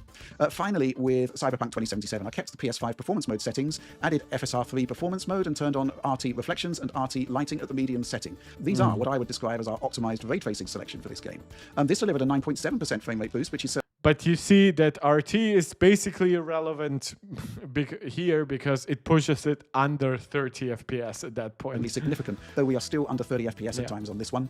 Yes, it's a demanding scene, but we are at FSR3 performance mode there, internal 7. Guys, without wanting to annoy you too much, we are almost 2 hours into the stream. This is when I usually give my shout out for you to do all the YouTube jazz again. Subscribe to the channel if you're enjoying this. Like the video. Share it out with anybody who thinks might enjoy it. Comment. Please, if you are now willing to comment live, please also consider leaving a comment in the regular comment section once the video finishes, because that actually helps a lot with the algorithm and everything. You can also make your super chat, your live chat as a super chat or super sticker to help me along financially a little bit, or you can become a channel member right here on YouTube. All support goes a long way so that I can make more streams, longer streams, and start delivering also more types of content. You'll also find the link to my Twitter account and the Discord to this channel in the channel description. So if you want to join us over there to have more constant discussions, more in-depth breakdowns of everything in the world of Apple and consumer technology, join us over there. Why did they opt for a lottery-based reservation? That's to avoid scalpers. Like basically first come, first served. A lot of that will go to scalpers because they will have bots running, constantly refreshing the website. I'm a little bit confused why they didn't also base this on your Steam storefront history. Like, I would argue it should be reserved for people with accounts who have bought at least one game in the last year or so from Steam, just to make sure that it actually goes to Steam store users. But yeah, that's the general gist. So yeah, still just a touch too demanding for the Steam Machine there. Another takeaway here is that the improvements are context sensitive. Some areas of the bench show no improvements at all. Others show dramatic improvements, demonstrating some will have more reflection, some will have different shadow. Ultimately, the improvements to ray tracing performance are obviously what welcome. actually casts the RDNA3 shadow. at the architectural level isn't really a ray tracing powerhouse, and Navi 33 as a processor, it isn't a top-end offering. One more thing to factor in is that ray tracing does have a burden to you will also be like memory bandwidth, cache limited. Like, it's an older architecture is just older in many ways. RAM and CPU resources, and those may also be at a premium on Steam Machine depending on the game. Now let's talk about the CPU, and here's where things get a little tricky. In most games, you'll be GPU limited most of the time, but when you do hit CPU limits, it's keenly felt, often with very spiky frame times. It's not great. And the CPU in Steam Machine is based on the Hawk Point 2 architecture, which is relatively weak, relatively as in compared to what many consider to be good entry point gaming CPUs. It's further compounded by something I discovered in my testing and confirmed with Valve when I spoke to them. KSB, that's the entire problem. Valve did lie to you in many ways. They do...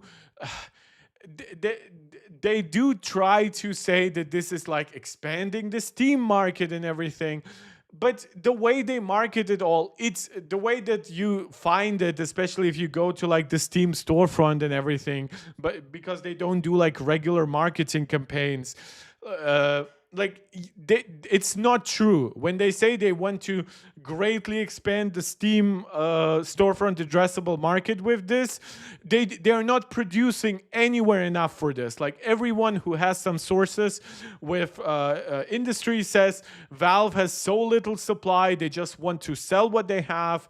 That's why they're willing to put up a higher price, because they know that they have enough diehards for this. But for everything else, they do.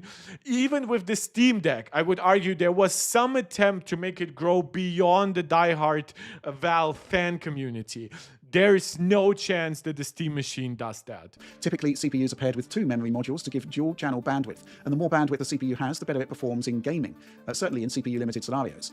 Valve couldn't source 8GB SODIMMs, so instead of 2 8GB modules in dual channel, you get one 16GB or apparently SODIMM you get single either. Channel. And there will be performance there's implications to no, that. To give you a broad idea of what there's this means, no check out this test of rule Desert's here. now infamous Bug Hill, tested on Steam Machine. They'll Ryzen just 5 put what they 8500G have in single and dual channel configurations, and the Ryzen 5 5600X in dual channel. Outside of Steam Machine testing, we're using the RX 7600 here, as it's the closest equivalent GPU to the Valve offering. First of all, note the crappy frame times on all configurations here. The most obvious manifestation of being completely CPU limited. 1080p, PS5... But again, I mentioned how like from 60 FPS to 52, I won't feel the difference often. From 41 to 51, you feel that difference. Performance mode settings. And obviously, a PS5 would drop out of its VRR range. I assume this has low frame rate compensation for that.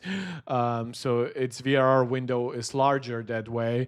Though PS5 does that too if you're running it at 120 hertz.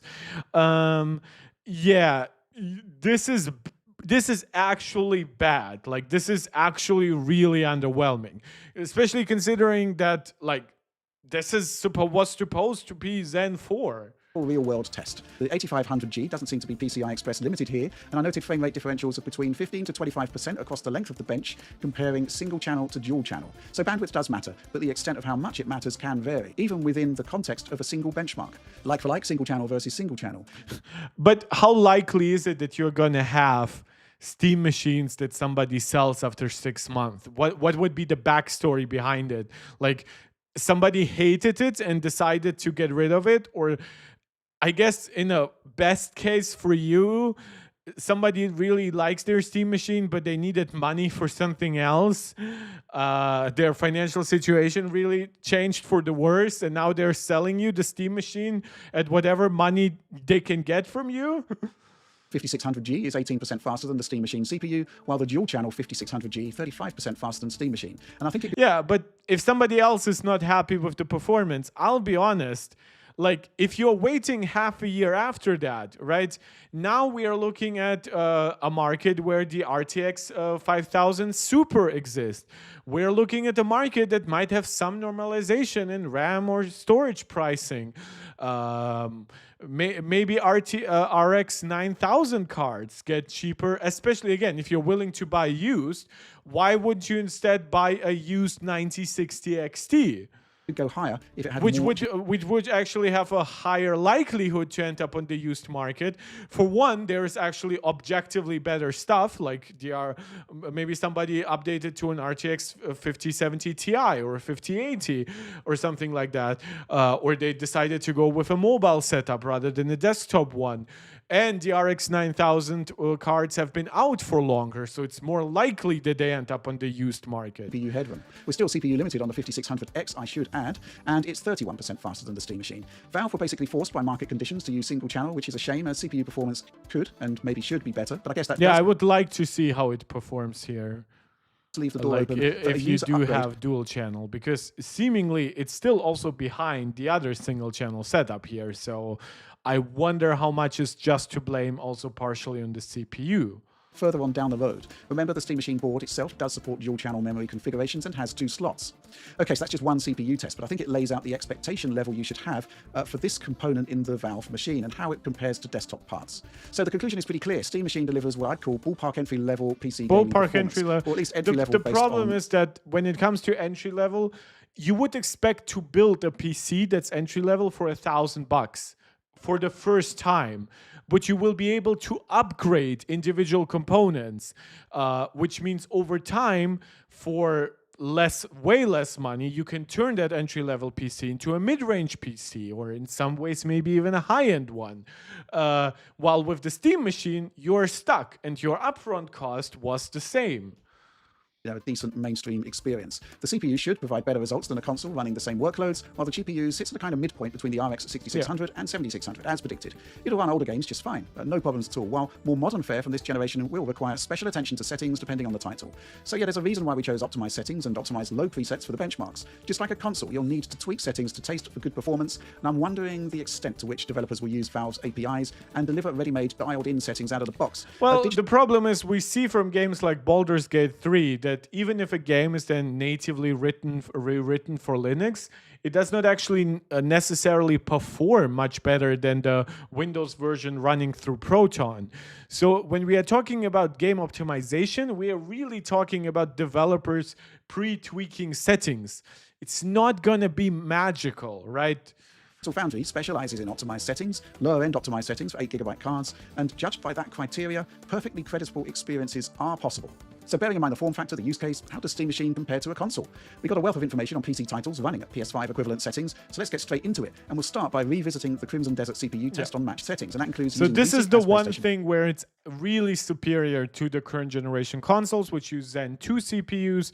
This has Zen 4/Zen 4C, and PS6 is going to jump to Zen 6. So yeah, expect to see a jump from like if this is PS5, this is Steam Machine, then the PS6 would then be 60, even if it is highly downclocked versus the desktop Zen 6 parts. 5 does. Not that this adds any particular cap to performance here on Steam Machine. We're well under 60 FPS. Returning to Bug Hill, Steam Machine performs significantly better when CPU limited. A 34.8 FPS average across the run on PS5 is improved to 41.2 FPS average on Steam Machine. So the Valve hardware has more legs, clearly. We're also CPU limited in the city of Baldur's Gate in Baldur's Gate 3, and here's where things get weird. Using the default native Linux build, which is what will install if you download it, we're only 11% faster on Steam Machine versus PlayStation 5. However, force the use of Proton instead and use the original Windows code working through the translation layer, and we get a 24% improvement. Yeah, so here we can actually see somehow how the open source or the enthusiast community does not always create magic. Because one guy was essentially a big fan of Baldur's Gate, and he didn't, on the team, of course, of Larian Studios, and he was a big Steam Deck fan, and he wanted Baldur's Gate to run better. So he created a native Linux app and created a lot of optimizations for the Steam Deck. But we can see that these specific optimizations do not translate now to the Steam Machine. And knowing that already takes away from the console-like experience that you would want. Like, there is no better version of PS5 games that are running on PS5. Sometimes you had like Elden Ring or games like that where you could technically run the PS4 code on the PS5, and because graphical settings were much lower than on the PS5 native version of the game, it ran technically faster, but it also had other issues at that point. So yeah, it's not quite the same console-like experience. Against PlayStation 5. Larian did update Baldur's Gate 3 for Steam Deck, significantly improving CPU-bound performance and stability, but I'm wondering if those optimizations were deck-specific, to the detriment of other PC hardware. Yep. But simply, if you're playing Baldur's Gate 3 on Linux, on SteamOS, or on Steam Machine, I'd recommend switching to Proton here. It's an automatic 11% performance boost in this test versus the native Linux app.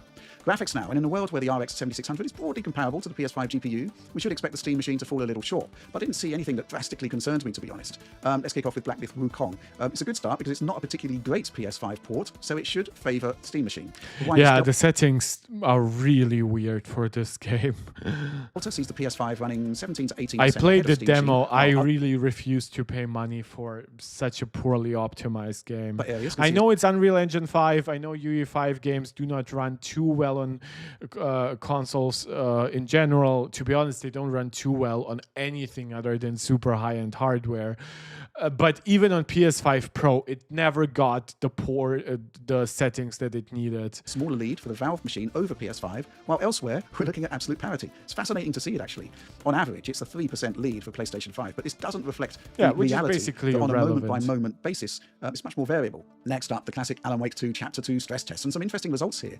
In performance mode, we're looking at a 9% lead for the PS5 version, 55.3 FPS. Yeah, this is very much a GPU-limited game rather than a CPU-limited one. That's no surprise. 0.7 FPS. Not exactly a gaping chasm, right? Alan Wake 2 isn't available on Steam, of course. I got it running by using the Heroic launcher installed. But again, the PS5 has double the storage of the 1049 version. It comes with a controller, and it costs almost half as much. Steam or a bit over half as much. Yes, it is a Steam Machine, but we've got to remember that it's not just a console-like experience. If you were comparing this now to the PS5 Pro, you get access to completely different settings, a much higher upscaler, and yes, you can argue that FSR 4.1 will come to this, but don't forget that also comes with higher memory usage, and especially if you then also want to play around with RT, that's a completely different class of performance and GPU memory need. So, and mind you, the PS5 Pro costs $500 less than the 2 terabyte version, because that's what we should compare it to, because the PS5 Pro comes with 2 terabytes. And mind you, the PS5 Pro has an extra NVMe drive. So if you want to expand your PS5 storage, you don't have to take out the storage you already have. You can just put in an extra NVMe drive. Here you can use micro SD, but you are not running Alan Wake 2 on micro SD, especially not when it's not micro SD Express. It's under the hood there, it is a full PC with full desktop access. We can also do like-for-like testing in Crimson Desert based on performance mode, and the GPU performance differential is more like 17% here in favor of the PS5, and that makes sense to me, bearing in mind... this is probably helped a lot by the memory bandwidth of the PS5. How often we saw this number when comparing the Steam Machine's RX 7600. Valve couldn't even discount $29 for a fancy price tag of $30. Yeah, they couldn't do $9.99 for the base configuration. They couldn't do $12.99 for the controllerless version. In my opinion, if Valve was really stretching but not going too crazy, my recommendation would have been and that's in understanding of the crazy pricing of the cost, would be $949 as the base without the controller, with around $1,000 with a controller. Yes, that's $130, $140 less than they currently ask for, but that would have been just so much better psychologically, just pushing both of those entry-level versions below 1,000. Yes, the 7600 does have broadly similar GPU performance to PlayStation 5. Forza Horizon 5 next. We can't do apples to apples here precisely, as console can use dynamic resolution scaling, topping out that's at native what some 4K of you were 4X asking NSA, about and DRS. some settings like reflections themselves are dynamic, which isn't an option on PC. What I've done here is to show Steam Machine running the same sequence at native 4K on the same settings, and then at 1620p, which represents 75% of 4K resolution on both axes. We're way short of PS5 performance at a lot 4K, but almost there at 1620p. I think bandwidth is the issue here. Bandwidth is quite lavish on PlayStation 5 in comparison to Steam Machine, and even at 1620p, like 80% more. Small frame rate drops. But 1620p still looks fine, and or VRR like basically would 70. make this pretty much a non-issue. And actually, at this point, I'd like to show something else I quite like about Steam Machine and AMD GPUs in general. There's support for a wide range of output resolutions: 1800p, 1620p. Yeah, but you don't need to play around with that on the PlayStation, and if you play around with it on a PC, you get the same options, including if you're running one through SteamOS. And of course, now you get to do that with a system that's more powerful, potentially meaning you have to play around with this less. To name a couple. As we're demonstrating here, we save a ton of performance, and on a 4K screen, especially in the living room at couch distances, you don't lose that much. In fact, the static HUD elements are more noticeably scaled.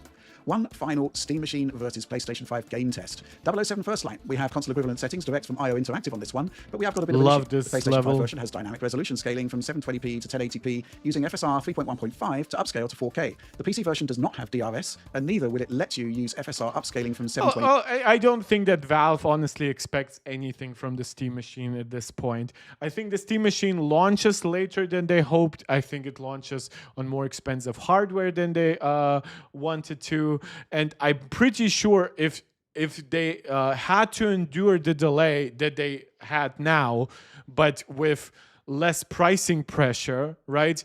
I'm pretty sure that they would have done something like 12 gigs of RAM, or maybe a VRAM, or even 16 gigabytes. I know that's hard to do because obviously you're limited by the memory bus. You would have to do dual layer memory to do 16 gigabytes. But I think they would have done something because it just feels too entry level. Like, you're so on the entry that you're almost exiting right away. To 4K. You'd need an ultra performance mode there that is not an option in the game. So yeah, the stresses that we're putting on the GPU here will vary even though the content is effectively matched.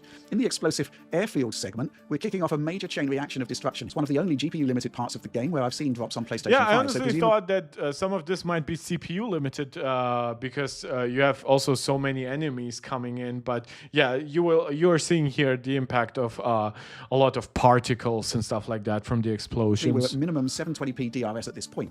FSR 3 performance mode on Steam Machine has the same internal resolution, but far less FSR GPU demands, since we're only upscaling to 1440p, not 4K. And there were small dips here both on PlayStation 5 and on Steam Machine, running internally at 720p on FSR 3 performance mode. Meanwhile, FSR 3 balance mode has a higher internal resolution and drops to between 48 to 50 FPS. It's frustrating that PC doesn't get dynamic resolution scaling to match PlayStation 5 spec. Like, and I'll tell you, once this gets FSR 4.1, I think it will be roughly equivalent to a PS5, and in many ways might even outperform it. But then again, the base PS5 is not its real competition. Not if it costs $500 less and comes with double the storage. And PC does have full VRR support, and so does Steam Machine. Here's another test where we're testing streaming. PS5 can drop a few frames here and there, which does kind of suggest a CPU bottleneck. It's a clean 60 FPS with FSR3 performance. Which this really shouldn't be happening, in my opinion, in such a scenario. This should not be handed off to the CPU. This should be handed off to the storage controller, to the compression and decompression engine on the PS5. But unfortunately, some developers, because most games are developed really cross-platform, they're developed in a way even PC first, and even Xbox, who does have a dedicated block for asset streaming and stuff like that, it's over 2 times slower than the PS5. So it becomes a task that it's easier to just hand off to the CPU. And this is why exclusives matter. This is why first-party games matter. Not to take options away from other platforms. This is why I'm not against PlayStation porting their games a year or two after they've been made for PS5 to other platforms. But this is why exclusives matter, because they will actually utilize that kind of extra hardware. Mode on Steam Machine, and what must be the occasional GPU limit on balance mode. Either way, both Steam Machine variations here do run smoother than the PS5 build, and it's likely that the extra CPU performance is making itself known. Yeah. But with that said, in our PC performance review, we noted some issues with crowds on the PC And version. this is the kind of drop that I mentioned, that really, if there's no crazy frame time spikes, we're really just looking at a mostly gradual GPU drop and stuff like that. This is where VR will compensate for it.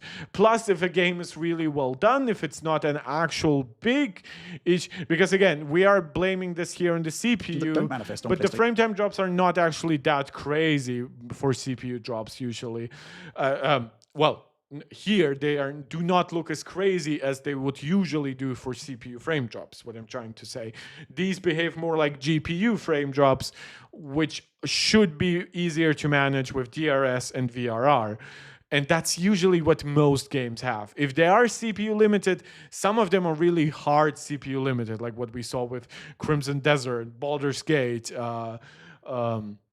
Dragon's Dogma 2. And for that, I really recommend, if you really care about games like these, get a PC, get a Zen 4 or Zen 5 CPU, or at some points something even better, Zen 6 Intel Nova Lake, and yeah, you will have a much better experience than on a console. PlayStation 5. It's slight, but it's borne out in this shop. Locked on PlayStation 5, dropping frames on Steam Machine, and it doesn't really matter what. Yeah, again, yeah, this is where you can see that this is what I usually would expect from a frame time drop from the CPU, is what we see here. Resolution or upscaling factor you choose, you'll still get the same drops. That does indicate a CPU limited scenario. So while end results can be matched, it's not always 100% clear what's going on behind the scenes. Ultimately, though, we've got console class performance here from Steam Machine in a unit that's a fraction. But again, not Xbox Series entry level, but base PS5. And again, this costs 50% more than equivalently spec'd PS5 Pro. The size. It'll run modern games well, assuming you don't go crazy with ultra settings, especially on Unreal Engine 5 titles. Yes, and that you keep in mind that unfortunately Valve only very true. 8 gigabytes of memory for the Steam Machine. And unfortunately, going crazy on Unreal means Unreal 5 often means higher than medium. GPU. Yes, there are optimizations there, and as work is ongoing there at Valve, I decided to test this in depth at another time. But reasonably, we can only expect these mitigations to go so far compared to a GPU with more RAM. Of course, RDNA 4 and some kind of 9060 XT level GPU with 12 gigs of VRAM would have been better, but this is a machine built to a budget that was then but a high budget apparently. torpedoed by the storage and memory crisis. For as long as games are built to look good and run well on PlayStation 5, I'd say that Steam Machine should be capable of producing comparable results. With lower texture quality, but maybe with some other advantages at that point. Flexibility in resolution, especially once it gets FSR 4.1. Delivering opportunities for Steam Machine users that PlayStation 5 gamers won't have. So let's try to bring everything together.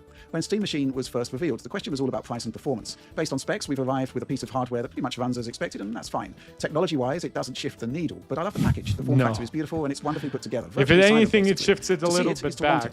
Now back at the PC players will miss GTA 6 forever? No, GTA 6 is coming a year after the PS5, at which point it should also probably get, if I were PlayStation and if I were Microsoft and for Xbox, I would beg Rockstar to not just develop a PC port, which obviously they're already developing the PC port, but that they wouldn't just spend the year updating the PC port, but they would also work with them on a PS6 update. That way the PS5 version does not fall too far behind the PC version or the PlayStation version. The PS5 version, obviously, that one will be stuck because it's a PS5 version. And Microsoft should really tell them, look, you're already making a PC version. Here are the specs coming from the Project Helix. And work with, you get like the earliest developer hardware that we have, so please give us that day one, and hey, we'll even pay you to offer the game on the storefront, or even do something like Xbox Play Anywhere, and maybe Xbox users will be able to play the game through the Microsoft Store on PC for no extra cost. Now that most likely would be very expensive as an endeavor, and Microsoft is supposedly planning to like close down like 5 Xbox studios to save on money. So I'm not sure that will happen, but if Microsoft were to be very aggressive about its next generation hardware, that's the kind of thing they should be doing. There were hopes that Valve was going to attack the market with an No, I'm not saying that they won't be porting. Of course not. Bringing a PC-style PlayStation 5 level device to market with an appealing form factor that would work in the living room. But that was October 2025. In the meantime, Valve's made it clear it's not in the business of subsidizing hardware in the way that a console manufacturer... This is also a little bit bullshit, because when you look at the PS5 Pro, this thing is not 50% more expensive to build or 40% more expensive to build plus 10% profit.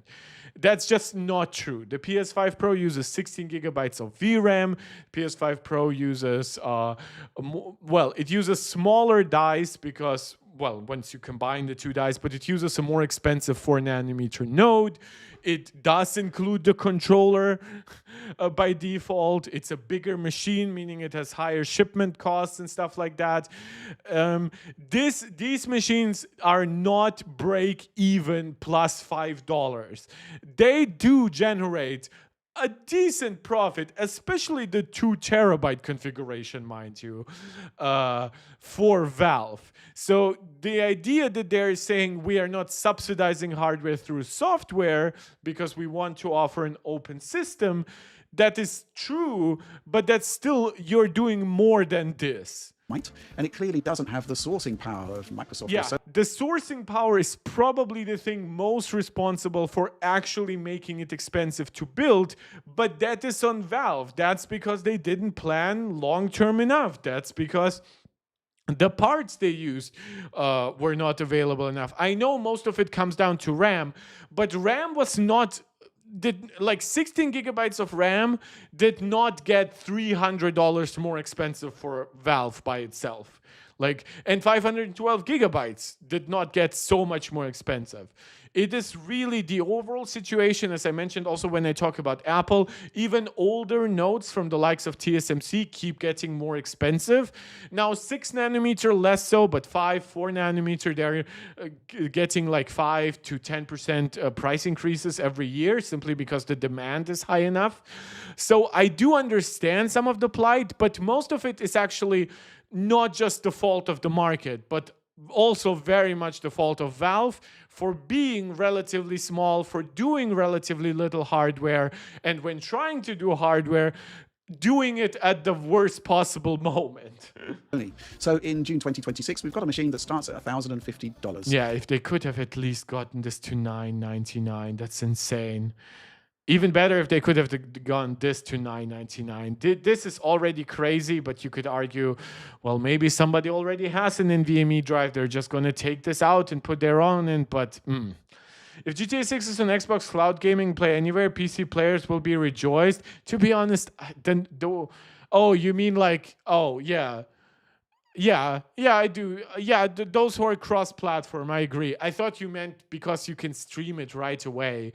I'll be honest, I don't think that will be a substitute for the way that PC players will prefer native games in general. And it's going to be up to you to decide, based on everything you've seen across this review and others, whether that's... Also, I'm pretty sure Rockstar is not going to make the game streamable for the first year. machine that you want to buy.